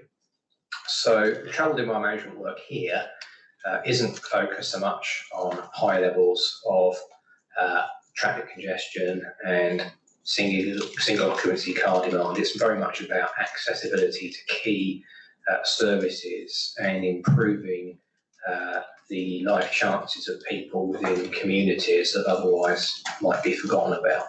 So that's the important point to make, is that we have very different drivers in those three sub-regions, but we have an overarching programme to address all of those issues. So what is travel demand management? Essentially, this diagram tries to summarise it in an easily digestible format. So any response to high levels of single occupancy car demand, there could be a number of responses. So there could be a remode, so that's choose an alternative form of transport. It could be about retiming one's journeys, particularly outside of the peak hours when demand is at its highest. It could be reducing or indeed removing the need to travel, for example, through more home working. Or it could be about rerouting, providing alternative routes to those which are under pressure. So all of those could form part of travel demand management. And there are essentially four key elements of the programme as we have set it out in the paper. So starting on the right-hand side, there is the whole question of behaviour change and how we understand the barriers to people changing their travel behaviour and put in place incentives or opportunities for them to make that switch from the private car. So examples of possible interventions are better marketing and branding of the services and the travel options that we have, rewards and incentives through behaviour change campaigns, education and training, information and wayfinding, particularly for people who perhaps lack confidence about how to move around an area, designing safety and accessibility into all of the work that we do rather than leaving it as a bit of an afterthought, travel planning for employers, schools and hospitals. This is absolutely crucial. So many businesses now in Tauranga are signing up to the Greater Tauranga Travel Pledge, pledging to address the high levels of single occupancy car travel that their employers generate. And so working with those high generating businesses and schools and hospitals is really important. And at this point, I think it's really important to acknowledge the work that the City Council has been taking over a number of years, particularly on the school side of things. They've done a lot of really good work, almost under the radar, in terms of addressing the challenges of the school run. And we want to make sure that their work is recognised, supported and expanded to other parts of the region. So in terms of other interventions, we have the whole issue of network optimisation. So this is using technology, either in fixed assets like traffic signals or real-time information, or of course increasingly now mobile technology. So the idea of mobility as a service, where you can have all of the transactions you need for a public transport journey on a single app, and that includes payments as well as information about service times and about delays and all that sort of thing.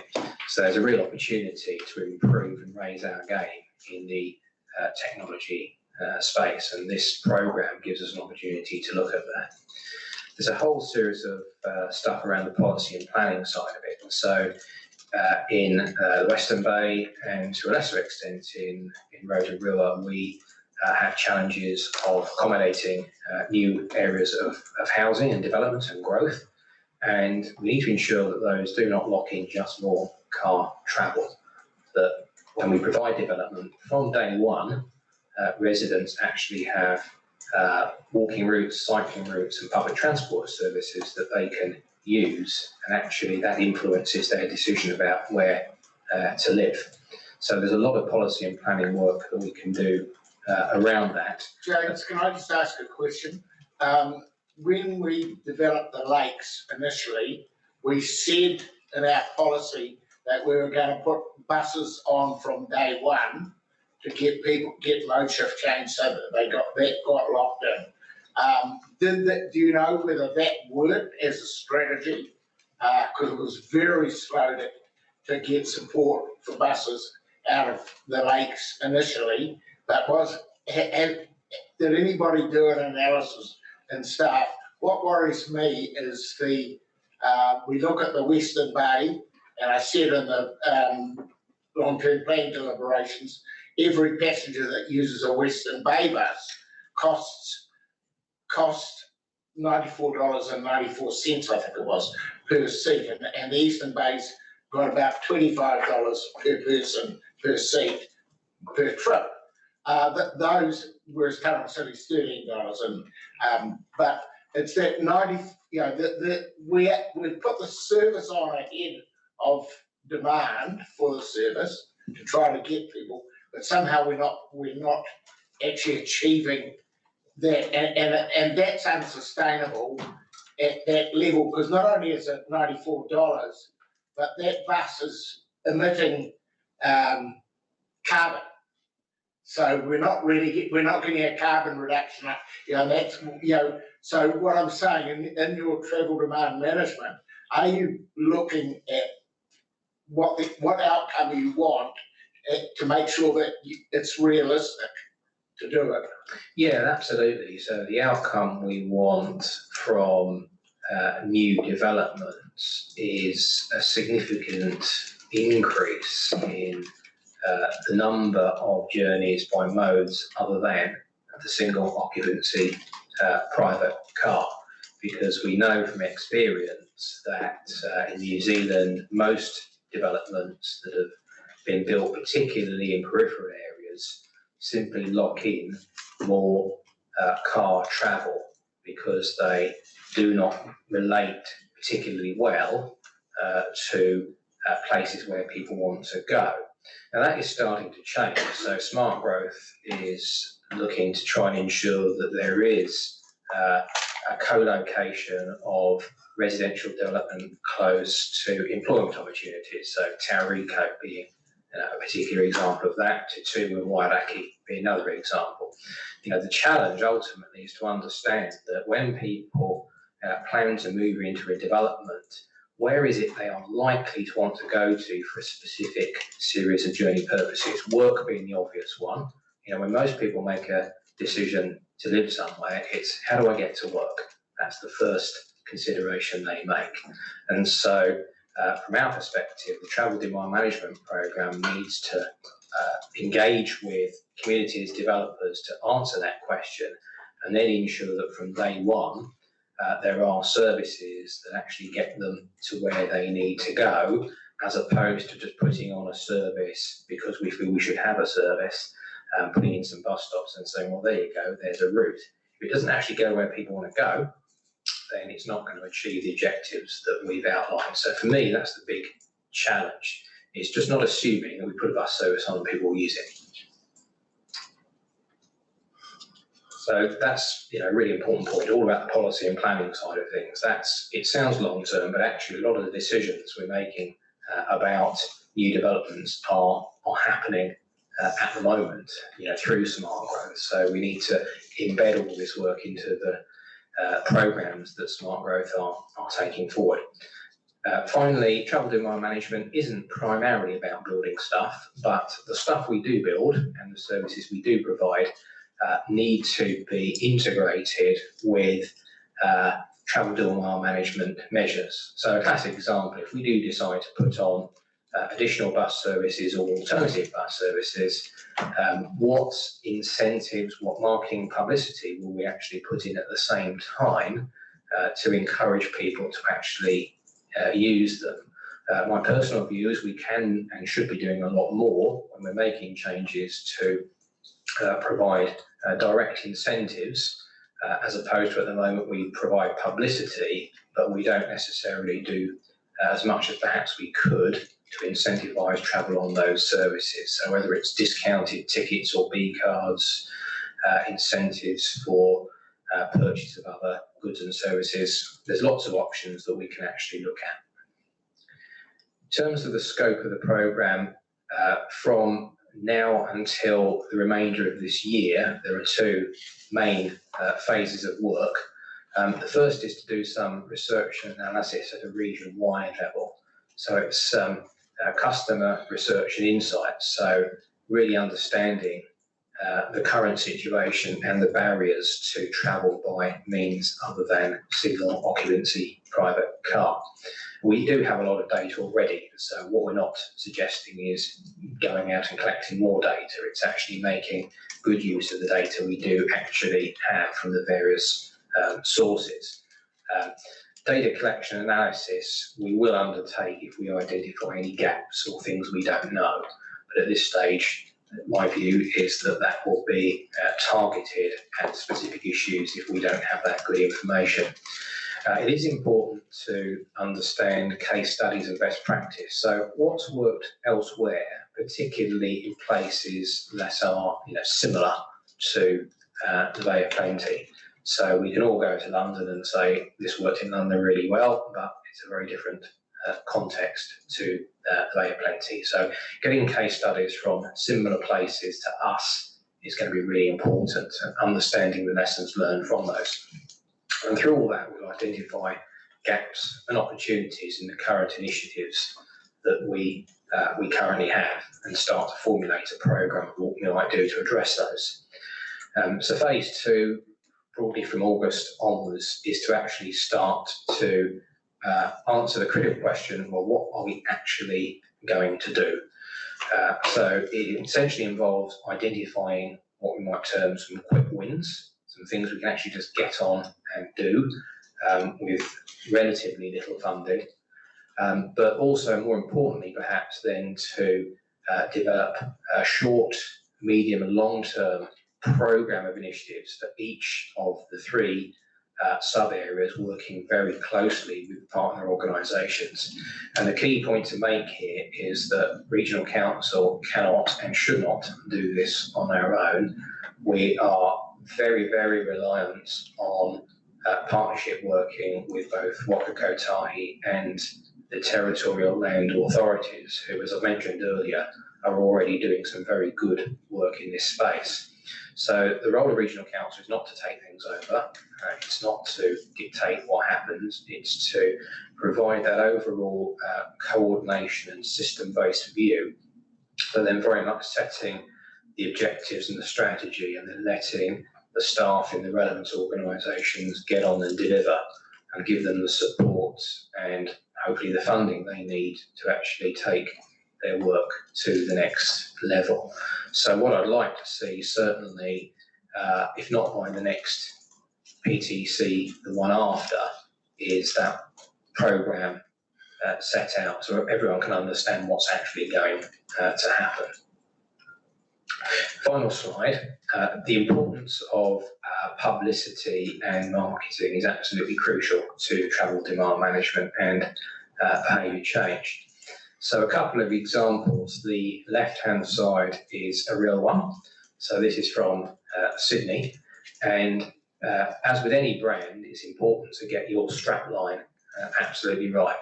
So with the Sydney example, they're very much focusing on the future. You know, what will tomorrow's Sydney look like? But then highlighting the words M, or the letters M and Y, to say, yes, that's actually my Sydney. It's my tomorrow. So very much talking to that sort of personal experience side of things as well. Some of the messages that they're putting forward through their travel demand management programme are very interesting. The first one being stay at home if you're sick. I can guarantee that 18 months ago that would not have been something that would have been put on a travel demand management website, but it just shows the world we now live in. But the other initiatives around things like, you know, planning ahead and using technology to check the capacity of your service. So in Sydney, the challenge they have quite often is too many people on services, too much crowding on public transport. That will be a challenge that we would like to have in a lot more of our network. So try travelling outside peak time, so actually spreading the load of public transport and actually making it more viable through that off-peak travel. Also, if you're looking at travelling a short distance and also therefore looking at safety and how that gives people confidence to use public transport. So there's really good messages in the Sydney website as an example of best practice. On the right-hand side is a mock-up of what a message for a Bay of Plenty TDM campaign could possibly look like. And just to emphasise, this is not council policy, this has not been decided, it is just an example that I asked my colleagues in the communication space to come up with. So the message here is that as an individual, you're being asked to join something exciting, something positive, and it's about getting moving for good. And there's good in a number of contexts. So not only good for yourself, for the planet, for your friends and family, but also for good as being a permanent change. So again, it's quite a clever message, trying to focus on people's motivations for how they actually might view a changed travel behaviour as a positive thing. Because the one issue we do have a lot of the time is that people say, how dare you tell me how I need to travel around by bus or cycle or whatever. And it's not about that. It's actually about understanding how people view their lifestyles and how transport fits into those lifestyles, and how we can make changes together to give them viable and credible alternatives. And that's something that I think really lies at the heart of this programme. So that's it in terms of the presentation. I'm happy to take any questions and comments. Councillor Thompson is first up, and then Neves and Thurston. Yeah, thank you for that. The issue that I've got, and it relates to each of the sub-regions, is who is the market? Who is the market that we are targeting? Because Tauranga, you are not going to get the tradies, you are not going to get the lifestylers who have come to live here, water job maybe, or work that allows them to go fishing and that sort of thing. Who are we targeting? Who's the market? And apply that to each of the sub-regions. And it strikes me that we must have all of the analysis by now through origin destination statistics and through RITs, etc., to be able to clearly identify the market. And I do want to say that I thought Harry and Lucas' analysis was superb, because they started with why, for example, is Tauranga unique, and it is peninsula. I won't go into all of that, but who to me is the market is the fundamental question. Yeah, through the chair, I think this is a really important point. So what we're not saying is that every group of people has an equal opportunity or incentive to change their mode of travel. So the aim is to target the large number of relatively short single occupancy car travel, particularly for work and also for dropping off children at school. The work for me is the key one, because at the moment the situation is that a lot of people are able to drive their car because they have somewhere at work to park it for free, or they use public parking for free. And that is why we have very large levels of traffic congestion in the peak hours, because everyone is doing it. So in the Tauranga context, my firm view is that we have to start with the commuters, those who are driving at peak times and causing that congestion that the tradies and the truckies then get stuck in, who don't have a choice when to travel because they are doing jobs and following a schedule. I think in the other areas, and I know less about Rotorua and the Eastern Bay, it is definitely more about understanding the access problems of people who either don't have access to public transport or feel that for whatever reason it's not for them. And that might be financial, it might be a lack of confidence and awareness about what options are actually out there. It might be just because they've got into a habit and no one has ever actually offered them an alternative. And one of the things I keep hearing all the time is people say, I didn't know this bus even existed, or I didn't know it was possible to get this bus. Now that to me is a collective failure of our ability to actually get our message out there. And that's really what travel demand management and behaviour change is about. It's making people aware that the choices aren't as binary as perhaps they might have thought, and then to use the prioritisation of specific groups, as you rightly say, to actually then take it to the next level and say we could actually have a really serious mode shift here. Councillor Neves. Thank you. My question was exactly the one that Councillor Thompson raised, and I believe that we need to segment the market and have different marketing messages or different approaches for different market segments. But I would say that within say the Western Bay, for example, there is distinctly different markets. You have the rural dwellers up in Waihi Beach, Mokamarama, etc., who say that it's very, particularly Wakamarama, are very difficult to get on a bus. So I think we need to, I was going to suggest that in your objectives, you break down the market segments that you're seeking to move the needle on, so that we can take a very focused approach rather than a scattergun approach. Yeah, through the chair, that's exactly what we intend to do. So it's very much understanding the different personas that exist in the different areas of the bay. And there's been really good work done in various countries to actually undertake that market segmentation approach. So you can do it by sort of age, by lifestyle, whether you've got kids or not, you know, what hobbies you've got. There's all kinds of things you can do, and then work out for which journeys and which purposes an alternative might be a good idea. Because you rightly say that not every journey is going to be amenable to an alternative. That just simply isn't realistic, even if we'd like it to be. But we can target a significant number of journeys that we know that there could be alternatives to provide. Councillor Thurston.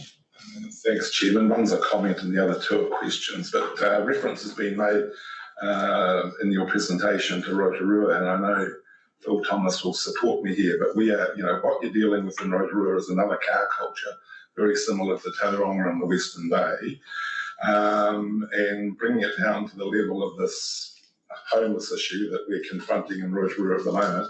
We are reliably told that there's up to 68 motels that contracted to MSD providing accommodation for the homeless. And most of the car parks at those motels, you'll support me here, Mr. Thomas, I know, chock-a-block full of cars. So this is what you're dealing with. It's about a car culture. Secondly, young and old today have made reference to Vienna as a case study, and I don't want a long explanation, but if 75% people living in Vienna choose to use buses and trams in that city as opposed to their own motor car, what has been the incentive to do that? That was the first question, if you're aware of that. I've not ever been to Vienna, but from what I've read, it's simply because over time there is so little additional provision of road space and car parking space, and there's been very, very good provisional alternatives like trams, like buses that integrate and are timed to connect, that it just becomes a cultural thing that people don't even think about taking a mode other than the bus or the tram. You know, this is a long-standing process of urban change. It's probably happened over 40 or 50 years since the Second World War. So I'm not pretending that we can simply say, oh, it works in Vienna, they can get 75%, it's going to work here. But the point I was trying to make, I guess, is that there's often a perception that public transport is only for poor people. And if you have lots of people using public transport, they must all be poor, therefore the place must be poor. Actually, the reverse is the case. So very successful urban areas like Vienna, like Oxford, where I used to work in the UK, they have very, very high numbers of people in suits paying to use buses. It's a sign of a really vibrant and successful area. Places like Detroit in the US, which are very, very car dependent, actually have very poor levels of economic performance. So the point I'm trying to make is that please don't assume that buses means loads and loads of poor people, and we can actually have vibrant, successful, livable places with a good bus network. Have you got, and finally, I think we'd all agree that Wellington would be our most public transport friendly metropolitan in the country, and the city fathers down there are on the verge of banning motor cars from the inner CBD of Wellington, which to me is a disincentive for people to use motor cars. So to me, and I've waxed on a bit lately about elephants in the room, but to me the elephant in the room to us always here is what level of importance and focus do we put on disincentives to actually get people to use public transport rather than their cars. And I feel that we skirt around the issue, and I think we need to cut to the chase if you're wanting to make quick wins. But I sense the officers don't believe the politicians have the appetite to look at a range of disincentives to try and get some wins on the board. And if that's the case, can we get some clear direction at some point in time with regards to disincentive? Because I think other than that, if we don't address them and look at the long list of things, they may be unpalatable, but we may at the end of the day pick a number of them that could get wins on the board. But until such time as we cite that list, and I sort of feel officers are waiting for us to give them a green light to say, proceed with this. It may be unpalatable, but let's have a bloody good look at it. Well, through the chair, I couldn't agree more. I think from an officer and from a transport planning perspective, it is the biggest elephant in the room that we face. And I say that throughout my career, we've always tended to shy away from the difficult conversations about disincentives, whether they be financial in terms of charging or even removal of car lanes or parking spaces. I mean, it's not something that any politician in my experience has been mad keen on. But what I will say in this part of the world, and to be fair, to a lesser extent in New Zealand as a whole, there is a growing willingness to actually start to tackle these issues and recognise we just can't keep on building stuff, providing stuff for free, and expecting a different outcome. We're slipping on time every minute. Chair, with all due respect, this is a critically important issue. And once again, we're skirting around it. Hell of a lot of talk and hot air, and nothing's happening. So that's why I'm going to have the next speaker as Commissioner Selwood, and he's going to give you the answers. I wish I could, because there is, a fundamental dilemma here. I really want to make 2 points if I may, Chair. The first is around the fundamental problem that we've just been canvassing. But the second is around the governance of this travel demand management issue, which I've got some concerns about. But just on the topic of the size and scale of the issue that we're facing, I took a very close look at Journeys to Work when I first took over my role as Commissioner here to understand how Tauranga ticks. And here's some interesting statistics for you. The main CBD comprises about 12,000 jobs in round numbers. The origins of trips for each one of those jobs come from 77 different origins across the city. So that is why people are car dependent. That is why they make the choices they do. And we have to understand the reality of the construct of the city that we're working in. For the Mount, there are 9,000 jobs, and the origins were 75, or numbers to that. You raised, Chairman, Tauriko before, and one of the fundamental principles of Tauriko, as I understand, in the first land use planning, was to achieve good connectivity between employment in the industrial commercial zone and the lakes and the residential development. Well, we didn't do that too well, I would argue, because we've got a blooming great roundabout between the two that no one ever seems to want to cross by foot or by cycle. But notwithstanding that, the proximity is very close. Here's the mode shift, or the mode share for Tauriko. It's 92% by car to work, and has the smallest public transport walking and cycling mode share of any of the destinations I looked at. And the number of origins was better, so it was down to 59 as compared with the 70s that I mentioned before. So travel demand management is about understanding people's fundamental needs in the first place and designing our urban form and our transport systems to meet those needs.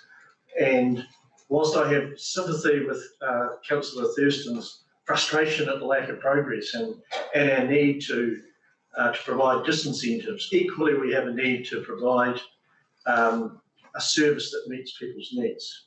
And that transition, frankly, is going to be slow.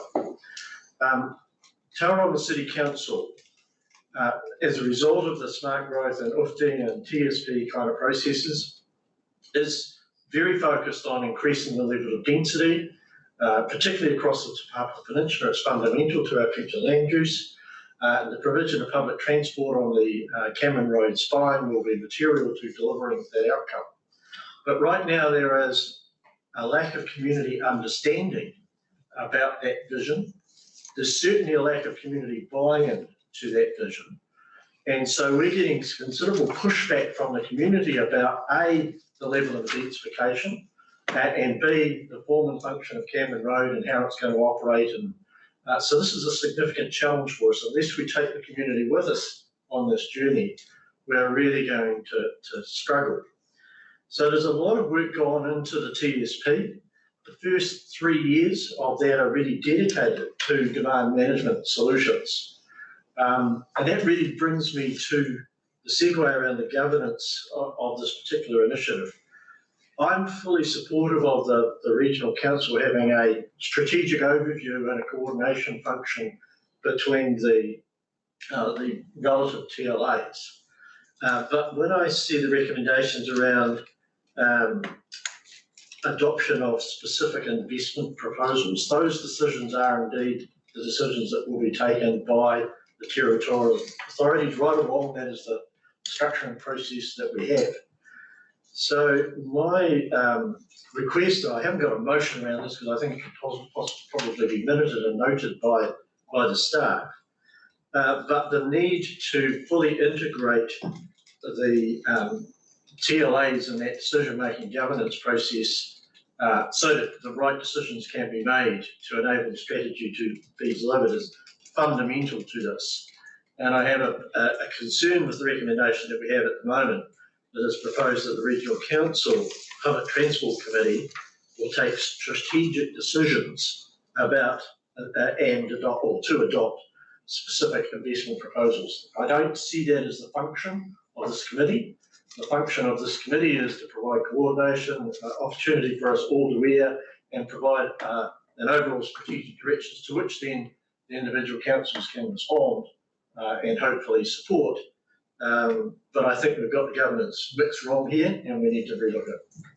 Thank you for that. I'm going to comment on that first, and that highlights why we actually have to get an integrated, what Paula has championed for so long, a centre of excellence for transport, so that we are working in an integrated approach to it. So thank you for your comment. You have any comments? Yeah, I'm pretty open and relaxed about how we actually form the governance. What's important is that you as councillors are all comfortable with your role. So we have suggested in the paper what your role could be. If you think it's something different to that, then as far as I'm concerned, that's absolutely fine. The important thing is we all agree that travel demand management behaviour change is a programme that we want to deliver, and then we can work out the details of how that functions as we go through. One point I would make is that the need for some kind of regional overview is because this programme is at a regional level. So I fully accept that when it gets down to the sub-regional level, particularly through the transport system plan, that is the entity that should be driving the investment in that area. What I'm looking at a regional level is strategic region-wide level type of initiatives that we use below our brand. But in terms of getting on with the day-to-day, it has to be the TSP in the Western Bay and whatever governance arrangements we would like to form or form already in both Rotorua and the Eastern Bay. So very much up to you folks. This is your opportunity. We'll come back to it at the end. Councillor Rose and then Mr. Thomas. Yeah, thank you, Mr. Chair. And look, I just wanted to say, in regards to Tauranga and public transport, there's been a couple of questions in regards to who we're trying to target. We, by far, are going to have one of the most populated universities in the country, mainly because of where we are. Students will flock to Tauranga because of the fact that we live in Tauranga. And so we need to keep that in mind as we move forward in this space. I would have to agree with with Councillor Thurston. The disincentives needs to come forward, and we as elected members and as governors need to, as some people would say, bite the bullet and deal with this scenario sooner rather than later. We talk about getting bums on seats, but sadly we can't do that unless we, bite the bullet and actually start talking about this. I wanted to ask you a question in regards to the communication campaign. How do you expect that campaign, and obviously you may not have the answers to this, but how would you look at a campaign and fit that between each sub-region? Because the thing is that here in Tauranga, completely different sub-region to Rotorua, completely different to the Eastern Bay. And I know that in particular Whakatane, Portki Way, public transport would be a new concept. Yes, they have public transport there, but not a lot of people take it. And bringing it in would be a bit of a new concept if I may be standing corrected there by her worship. But I just wanted to ask what your thoughts were. I can give you a personal view, bearing in mind that I'm not a communications or marketing expert, but for me, it's about the relevant staff at both the regional council and TALA level. I'm talking about our content engagement people advising us about the opportunities and their understanding of how key messaging works. So if we take the Western Bay as an example, a little bit later in the meeting, we talked about the optimisation work, and that is going to propose some quite significant changes to the bus network, potentially starting as early as November. So that's already a key opportunity. So at that point, we can deliver a campaign which is actually targeted around the key groups of people that we actually want to engage with, and particularly those who are going to benefit from the improvements to services. Because if we can identify the potential beneficiaries, so for example, people in Papamoa who might have better service than they have now, then we can target those people and say, hey, look, do you realise now you can get from here to here in perhaps a lot less time than you previously assumed? So it's getting down to that level. Fundamentally, we have to get away from concepts which are great at the high level to how's this going to benefit me as a user? Mr. Thomas.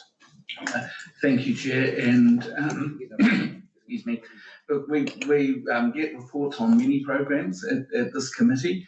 I've got to say that actually I find this one really exciting. I think this is a really good tool for working at a sub-regional level to analyse and come up with solutions. And Commissioner Selwood has outlined some of the huge problems we're facing in Tauranga. And it's that sort of detail we need to look at what the problems are we're facing in each sub-region, so what the issue is in Rotorua. So I think this is a great tool for going forward. And I'll most probably mention it more when we get to the Rotorua Public Transport Review. But I think this is a really good way forward and can bring results quite quickly. Oh, also, I'd just like to, when we keep comparing to great public transport systems in Europe, I think one huge difference we need to remember is those cities are all 400, 500 years old and predate any form of public transport. Normally, I have lots of friends who live on main thoroughfares that you couldn't get two cars to go past each other on, whereas all our cities have either been built or have rapidly expanded since people have been owning private cars. And also when you look at those overseas cities, they're normally apartment, mainly apartments that people are living in, and there is nowhere to park a car when you get home.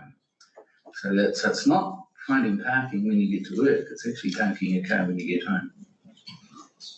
Okay, Mr. Selwood, if we, let's look at the recommendations. The one is receiving the report, that's fine, and then approve the high-level scope and timeframes for the programs as outlined in the report.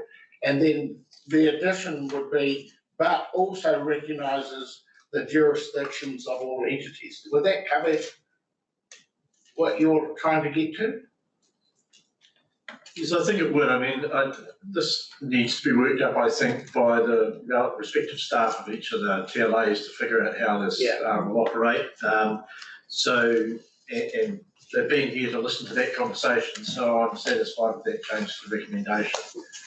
But I think we do need to recognise the role of the TSP, which indeed does involve all of the partners in the governance already, and that may well be the vehicle that might be the suitable alternative then with the Public Transport Committee getting reports and having oversight of that process. I think though, Mr Chairman, just bear in mind that the TSP currently has a separate governance body, so I think we need to re-examine that in light of Commissioner's comments, and let's just get a more integrated governance arrangement, please. So are you looking for a change of wording to what that, so this resolution, by expanding it, just signals the need for more integration, really? Do you want? That's what it means, that's great. Well, that's the message out of it. It's what the message is, isn't it? Or do you want? Also recognises the need for more effective integration of governance across federal transport matters. So, entities and put it that way. Yeah. And the need for integration. And doing governance. And the need for integration is fine. Yeah. And the need for integration, we'll let that. So I'm prepared to move it. Do we have a seconder? Second to Councillor Thompson. All those in favour, please say aye. Aye. Against? Carried. Thank you. Now we've got Nick Brenton is on Zoom for accessibility concessions. That's 8.3 on page 38. Chairman, I'm happy to second that, if I'm permitted to say a couple of words. I've moved. Second. It's been moved and seconded. We'll let's just, Nick, are you there, Nick? Hi, kia ora koutou. I got that one. Would you like just to say a few words on this one? Yeah, I can quickly take you through a bit of a verbal update of the paper. Thank you. So I'll just get into this quickly. Kia ora koutou, my name is Nick Brenton. I'm a Senior Transport Planner at the Regional Council. I'd like to quickly just thank the committee and the chair for allowing me to present virtually. Feeling a little bit under the weather at the moment, so thanks for that. Just getting into the paper, following on from some feedback from the councillors at the last PTC. There was some discussion around a caregiver or a +1 being included in the rollout of the accessibility concession. Since the last PTC, staff have been working very hard. The transport operations team in particular have been looking into the logistics of introducing the +1. And we've also spoken to the Waikato Regional Council, who have also got a +1 concession alongside their accessibility concession. And a lot of the feedback that we got from Waikato Regional Council was that they wish that they had introduced it from the outset. Theirs was only introduced not too long ago. They saw it as a win-win, and yeah, so the staff here, we're keen to introduce this +1 alongside the accessibility concession. Basic concept of the +1, any eligible customer for the accessibility concession will have a B card with the concession loaded on it. They'll be able to tag on and off our Bay of Plenty buses for free. And if it's deemed that they need a companion or a caregiver to travel on the buses, and it is assessed that way, there will also be the option of having the +1 added to the concession card. Yeah, we believe there's going to be a number of benefits for each of the customers, our bus drivers, and also the regional council if we implement this right away. Some of those benefits include peace of mind for both the customers and our drivers. Customers, it might be their first time catching the bus, and having someone that they can trust to help them get onto buses safely and complete the journey safely. That might encourage them to keep using the bus. and our drivers, so they don't feel too pressured to help out anyone, and they can focus on their core role. We know they've got a very tough job as it is, so having the carers there could really help them. And also reducing some of the hoops that our eligible customers will face. If we implement it right away, it's only one application form. You wouldn't have to apply later if we did introduce the +1 at a later date. And as it is something we were looking at potentially rolling out later. And also just some of the time and cost savings to the regional council when providing joint communications and collateral, doing it all at once. And so we've got the message clear straight away. Thank you. Yeah, thank you. Yeah. So it's been moved by Councillor Thurston. Do I have a seconder? No, Councillor Thompson and myself. Councillor Thompson. So do you want to speak to it? Just very briefly, I commend colleagues for supporting this initiative. And I just remind us all that 1 in 5 people in our neck of the woods has a disability that impacts on their daily lives. To me, this is about promoting inclusion. It's a human rights issue, and it's about empowerment. And colleagues, I don't predict numbers to be large, but this is all about an education process and helping our profoundly disabled to be more involved in what we consider to be an inclusive society. So it's going to build confidence, and I think it's another major initiative on behalf of this council that will go down long term as a great community initiative. Thank you. There was no question there. Councillor Nees. Just a question. Do we anticipate that this will have an impact on our total mobility scheme? Will there be a less of an uptake in that area as a result of this? Through you, Chair. I think potentially there could be. We haven't been able to undertake too much analysis, but I do know that our Toto Mobility advisor, she's working on this project with us, Mary McLaren, and we're also working to get the Toto Mobility customers onboarded straight away to the accessibility concession. So I think potentially it will have an impact on that, and there might be more people using the bus instead of using the current Toto Mobility service. So I just think we need to somehow track that, because when we get reports in the future that says the usage of our total mobility scheme is dropping, it's helpful to be able to correlate why that is occurring, and it might even be that if there is no additional cost really to the regional council, then I think that these two things will offset one another. We are tracking. We have been for many years tracking directly number of fares and fare revenue from total mobility. So it's been moved and seconded. Do you want to speak, Councillor Rose? Yeah. Look, I think this is a no-brainer, but I do have one question. That's in regards to registrations via the B card. Speaking from a young person perspective, there will be a fair few young people with a disability that is profound.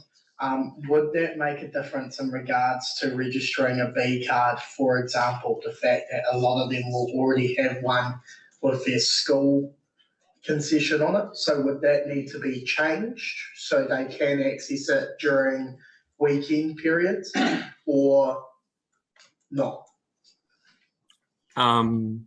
Through you, Chair. I'm not 100% sure on this. This might be more ops, because I'm not sure about how many concessions can be on a card. I'm guessing this one might overrule the school one because it'll be free transport at all times. Chairman, just a point of clarification. I think we're trying to emulate the Waikato model here.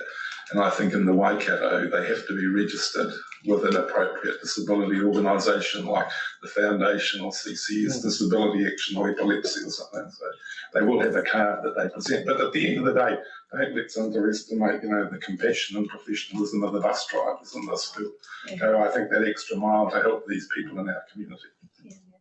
Okay, I'm going to put it to the vote. All those in favour, please say aye. Aye. Against? Carried. Thank you. We move on to 8.5, page 95, improving our network. And that is going to be presented by Ruth. Oh, have I got? I've jumped one, have I?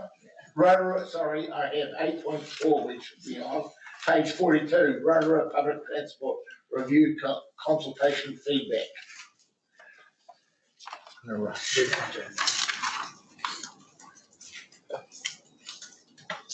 If we can just keep it moving because we're running dreadfully behind. So this slide summarises on the left-hand side the current network, which we know and love, and on the right-hand side was the options that form part of the public consultation. And there were three short-term options: no extra spending, a bit smarter and a balanced approach, and two long-term options, so high-frequency bus services and almost door-to-door services, which is moving towards the on-demand model. So the preferred option, and apologies for the very small typeface here, but essentially the public consultation wanted a combination of a bit smarter and a balanced network.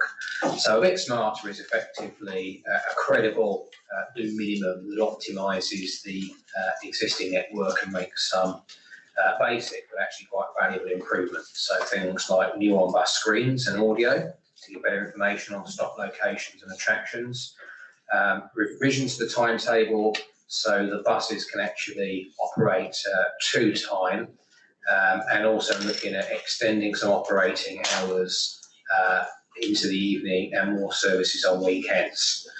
Changes to how the buses operate around the CBD, so make the bus stops easier, more intuitive to use. So that includes moving one of the City Mall bus stops onto Omaha Street. Wi-Fi on all buses, and interestingly, a proposal for a free CBT orbiter shuttle, which would connect the hospital, the lakefront, and the City Mall around the CBD, and some retiming of bus services. So essentially, that was the bit smarter option. And then the balanced network, in addition to a bit smarter, looks at additional investment in marketing services, additional increase in investment in shelters and lighting, new signage and wayfinding within the CBD, and looking at introducing new cross-town services, so specifically between Waitaha, Ferry Springs, the Tuihalohai campus, Sion Park, Tenai Road and the airport. Also looking at the potential of supporting that with development of a bus shortcut to the Redwoods to bypass some of the congestion on Tenai Road, which would go through Sion Park. And also investigations and investment bus priority lanes. So in terms of the responses, the preferred approach was option 3, a balanced approach. That came out ahead in terms of scores as to how the option worked for people personally, how does it work for society, and how affordable that option is. The preferred short-term option, therefore, clearly was option 3, a balanced approach, with just over 60% of the respondents. In terms of the preferred longer-term option, a lower level of support, but slightly more for option 4, high-frequency bus services, versus option 5, the almost door-to-door service option. But interestingly, on the right-hand side of that chart, the majority of people said, well, actually, we'd be just happy with the short-term changes. In terms of the optional extras that were part of the public consultation, one of those was an around the lake service, which generated a fair amount of support. And also a recreational lakes service, which actually engendered even more support. So very much speaking to the tourism focus leisure focus of that particular route. Park and ride sites, proposal for those a little bit more neutral, so people perhaps not quite so sure, but again some significant support from the respondents for that.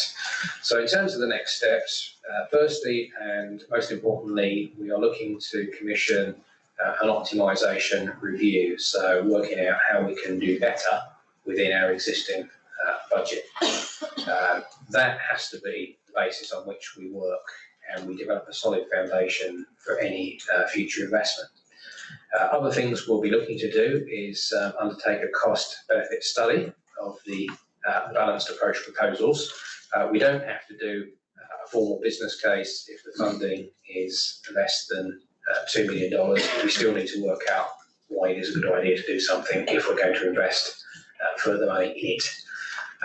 We also need to undertake some further work on those longer term options. So are those things that perhaps after 2024, 2025 people are really up for, and are they up for the potential investment that's required to deliver those? All of that means we'll have to review and prioritise all the proposals in the public consultation against available funding. So a point I do want to make is that just because something was in the public consultation doesn't automatically mean we're going to do it.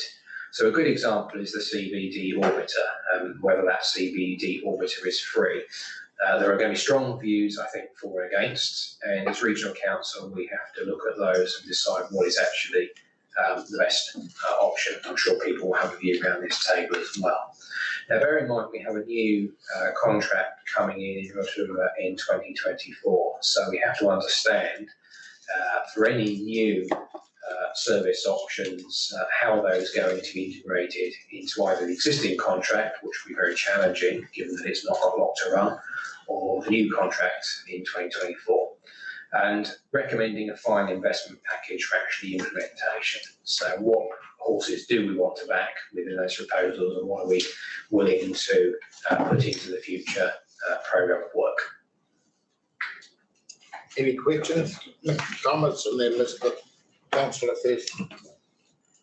Thank you, Chair, and I don't actually have any questions, but I'm sure it's of no surprise to anyone at this table that when the appropriate time comes, I'd like to move these resolutions and comment on them. Councillor Thurston. I fully support what's been presented by the officers. Just a couple of questions. And one, I'd like to support the initiative of the orbiter, because Rotorua, as we all know, is incredibly unique in that it has two CBDs. One, I think it's fair to say, is dying. The other's going in the other direction. But I think an orbiter, whether you have a fee for service or whatever, I think is going to be a critical component in trying to revitalise the old CBD of Rotorua. In terms of the lakes services and the tourist spots, clearly they'll be seasonal, I would imagine. Like I can hear the catch cry is that we need a bus to go out to Lake Okaraka for, which during summer months is jam-packed like the Mount. But having said that, it's pretty quiet in the winter months out there, so I imagine that would be another string to your bow. But no, I commend you for the report, and it's another phase in trying to revitalise what is a very sad city at the present moment. Thank you. Anything further? So you're going to move it? Yes, if I could move this, and I do have a couple of comments. And the first one is thanking this committee again for bringing forward this review. When the review happened, we were in the midst of not only this review, we also had speed limit reviews going on in Rotorua. We had the Rotorua Council's LTP and we had Regional Council's LTP with its associated questions around public transport in it. So there was a certain amount of bleed in between the two, and definitely in our LTP consultations that we did, we actually got a lot of feedback on this that wasn't going through this channel. So there was a lot of interest in the community. So I'm really pleased to see that support coming through for the balanced option. I would say in terms of the long-term options, I think that especially around the point-to-point services, a lot of people in Rotorua wouldn't really understand that yet. Uber has only just arrived in Rotorua in the last 12 months, not widely used so far. So I think a lot of people were just a little bit confused about it. one message I do want to bring to this committee, which isn't covered in this, was there was a strong support from Māori for public transport, and a strong support or a strong request from the rural areas, so around the lakes, Rotomā, Rota Iti, and also going south, and for public transport options, especially around commuter services, so helping people get to work. So there is that request coming through from them, and I would hope when you're working with Rotorua staff on this that you do include the voice of iwi in the process of developing this. I think it's really important. They're a major player in our city. So I'm really pleased to support this motion. Love to see it go ahead. I was going to say, we've got a second. Fails for one. So it's been moved and seconded. Do you want to speak to it? All those in favour, please say aye. Aye. Against, carried. We move on to what I called before 8.5, improving our networks. James and Ruth. Thank you, Mr. Chair. So in the interests of time and brevity, I wasn't proposing to go through the individual items under heading 2, which is update on current bus service trials, but I'm certainly happy to take any questions and comments about the data presented in there. What I wanted to do was focus on sections 2.4 and 2.5 of the report. That's starting on page 102, and provide a brief update on 2 items. The first of those under heading 2.4 is the bus service optimisation project. So this is the series of routes between Papamoa, Bayfair, the Mount Maunganui, CBD and the hospital. So you'll recall from previous discussions that these routes are ones where we are seeking to make some quite significant service changes to address some of the concerns that passengers have expressed about the performance and the convenience of those routes. So one of the key issues, it won't surprise you to learn, is the unhappiness with the need to interchange services at Bayfair. And so what we're looking to do is address that concern fundamentally by proposing additional direct services between Papamoa and the CBD that don't have to interchange at Bayfair. Now, it's important to recognise that we have a number of other proposals that we would like to be in a position to start testing with the public and to get their feedback before we come back to this committee in August with a firm recommendation. So one of the things we will be doing very, very shortly is issuing a briefing to all councillors, which will set out in detail the proposed changes, and again making the point that all of these are within existing budgets. We only identify potential proposals requiring additional budget as optional extras. They're certainly not things we're actually looking to recommend for implementation now. But we wouldn't be doing our jobs if we didn't at least highlight these as things that people are likely to want to see happen at some point in the future. So the plan is essentially to go out to the public towards the middle stroke end of June and get feedback on our proposals. So we're currently in the midst of planning that exercise, and then we would bring further proposals back to this committee at the end of August based on that public feedback with a decision to hopefully endorse or otherwise. Can I have a clarification, please, on that service, the Papamoa Bayfair CBD? You're talking about making it a direct service. These are not additional buses. These are buses that will be alternated within the current service. Correct. So, for the record, we are talking about making better use of our existing buses, not putting more buses into the system. And in fact, preliminary work that we've done to date suggests that through some timetable efficiencies, some efficiencies around the scheduling, we may possibly be able to save some buses. Now, all of that needs to be discussed and worked through with NZ Bus. So I can't promise we're going to do that. But what I can say is that our proposals are about making better use of the buses that are already out there. Because the service isn't, that the basic stops aren't changing, if it's a more direct and faster, why is there a need? Question, why is there a need to go out for consultation to the public? Why can't we, this sounds a no-brainer to me, and I don't, we're in May now, do we have to wait till August to get this thing going? Haven't we consulted enough? We found a gap. It just seems, this one, because it's the same route, that we should be able to tweak it without doing further consultation.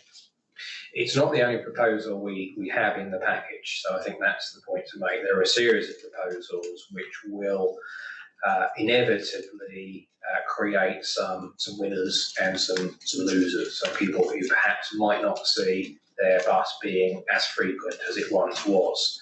So we've got to look at the package as opposed to the individual route. So there will be some good news, but inevitably, if you put resources into one area, you may have to take them away from somewhere else. And that's the bit that we're particularly keen to ensure that we have a degree of public support for.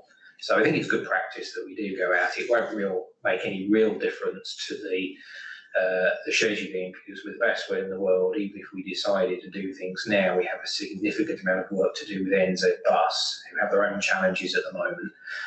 So we'll be looking at actually implementing all of this in about mid-November, which actually isn't too far away. Just one question. You'll be using patronage data to guide decisions on which routes may have reduced frequency? Yeah. We have some patronage data, which is quite interesting. Yeah. Thank you. Councillor Rice, Councillor Thompson after that. And in regards to what you were just talking about here with having to take resources away from certain other ones, is that resources away from other services within that Papamoa Mount area, or is that within the entire bus network itself, so affecting the likes of Welcome Bay, Otamotai, all of that area? No, it's only those services within that area. So what we were very careful to do was draw a boundary around the area and say we're only going to touch certain levels or certain services within that study budget.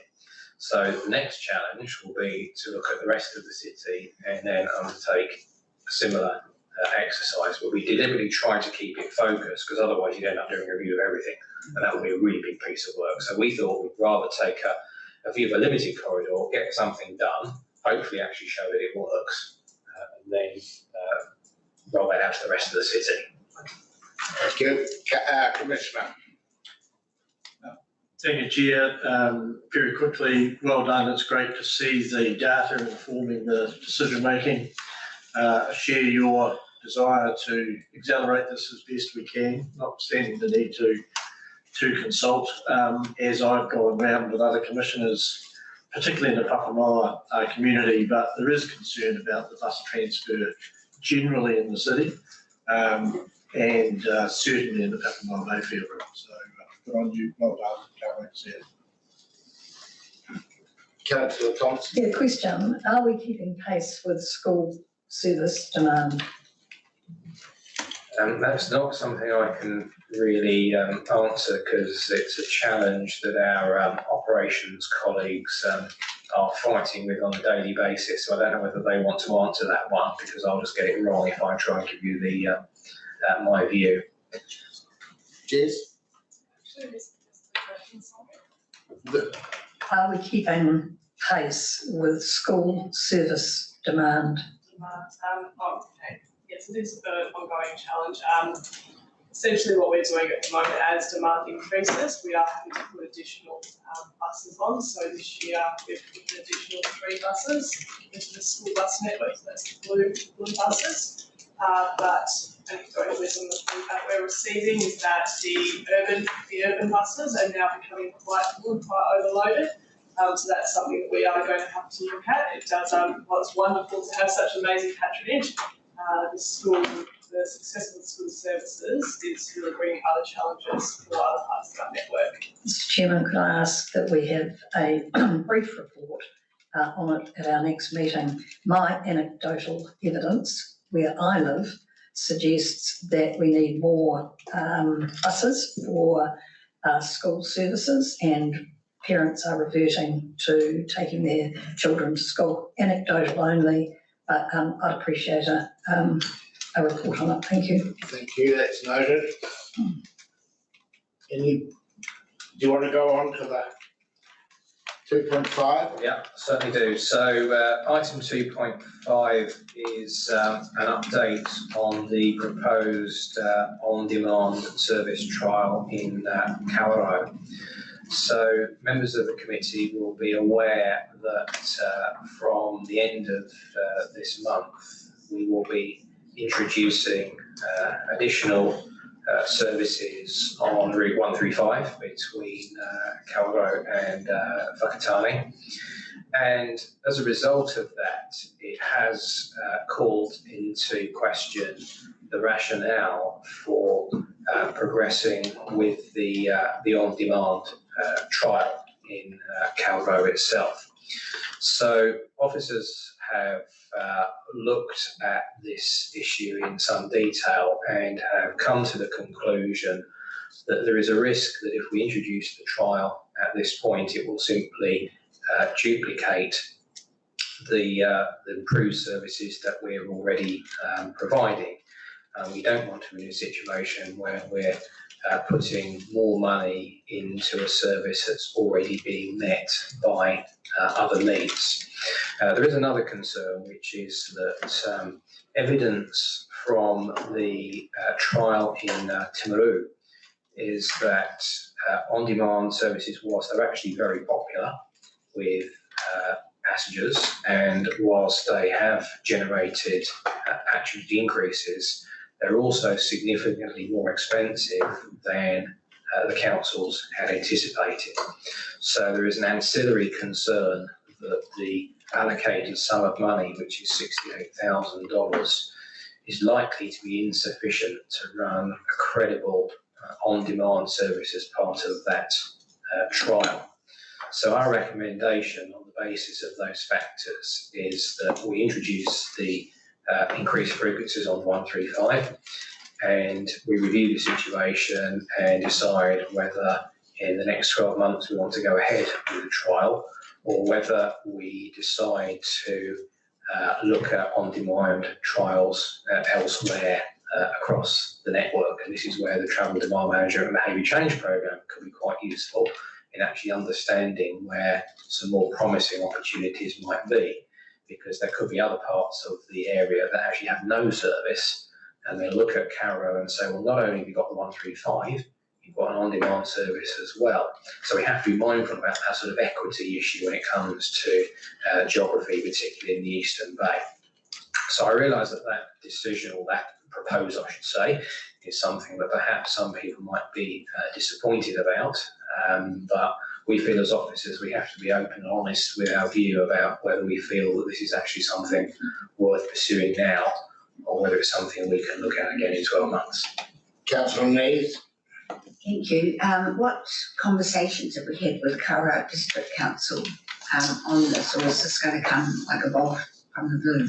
I don't think it will come as a particular bolt from the blue, because we've been engaging with them over a period of time. So we haven't said that it's definitely going to go ahead, and if we were going ahead, we would have had to have had operations plans in place and procurement processes and all that sort of thing. So it shouldn't come as a complete surprise, but I think we have to recognise that when we move forward, we have to have more time and more space to actually get our comms right and give ourselves sufficient opportunity to make sure that if there is an issue that we deal with it in a timely way. It's something that has been a little bit, or feels like a little bit rushed, and we've had to now take a step back and say we're not sure this is the right thing to do. But in my view, better to do that than actually plough on regardless and risk wasting money and undermining our credibility. It's just one of those things we're going to have to suck up. I'm a little bit concerned about this because we did talk to the community and got quite a bit of support, and I'm not saying don't do it, but just that we might be wise to consider whether we should go and have a talk to the community groups we spoke to and to Curragh District Council to explain our thinking and what we're proposing to do before this committee leaps in and makes that decision. I just sort of feel we need to give the community the respect of actually telling them what we're thinking of doing before we just come over the top. Mr. Thomas and then Mayor Janet.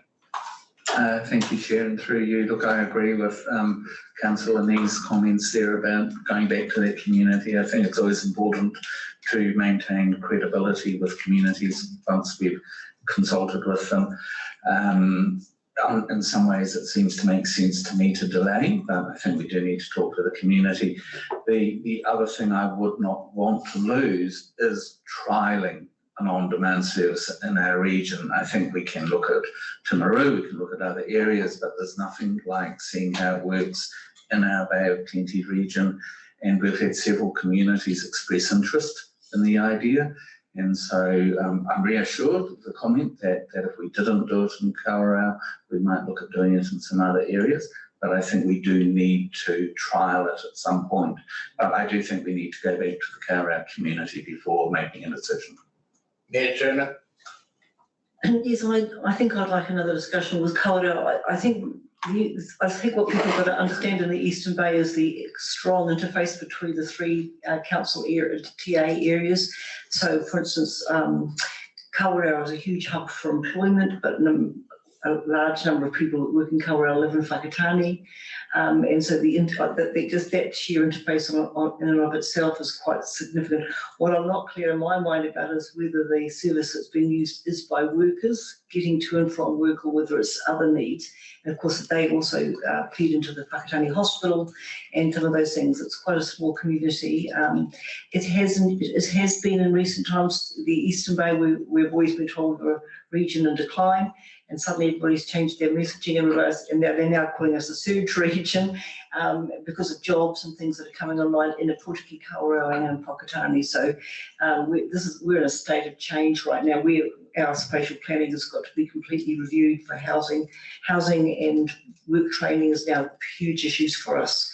And again, Kawerau has a number of trade training centres that are accessed by people in Whakatane as well for getting work ready and for the different jobs coming online. So I think another discussion would be, what I'm saying is we're growing and not going backwards at present, and so therefore that would be worth considering.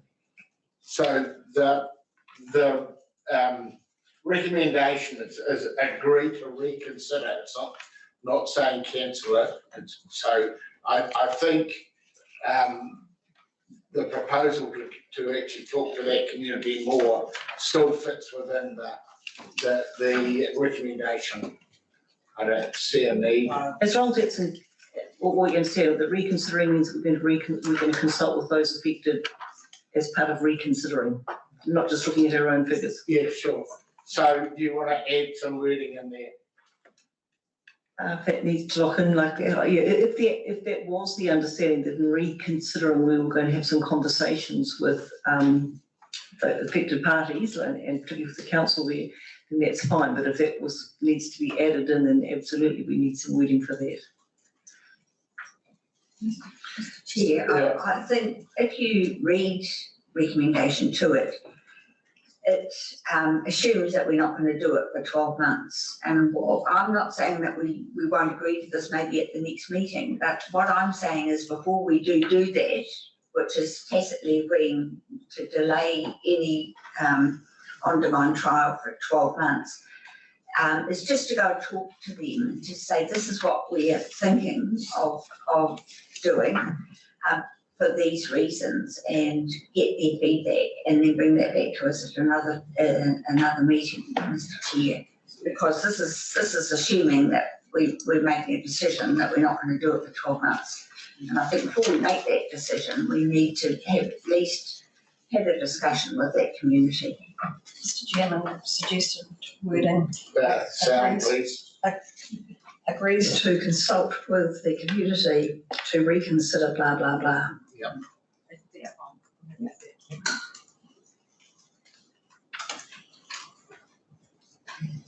That wording all right now? Okay, so do I have a mover? Councillor Rose, seconded by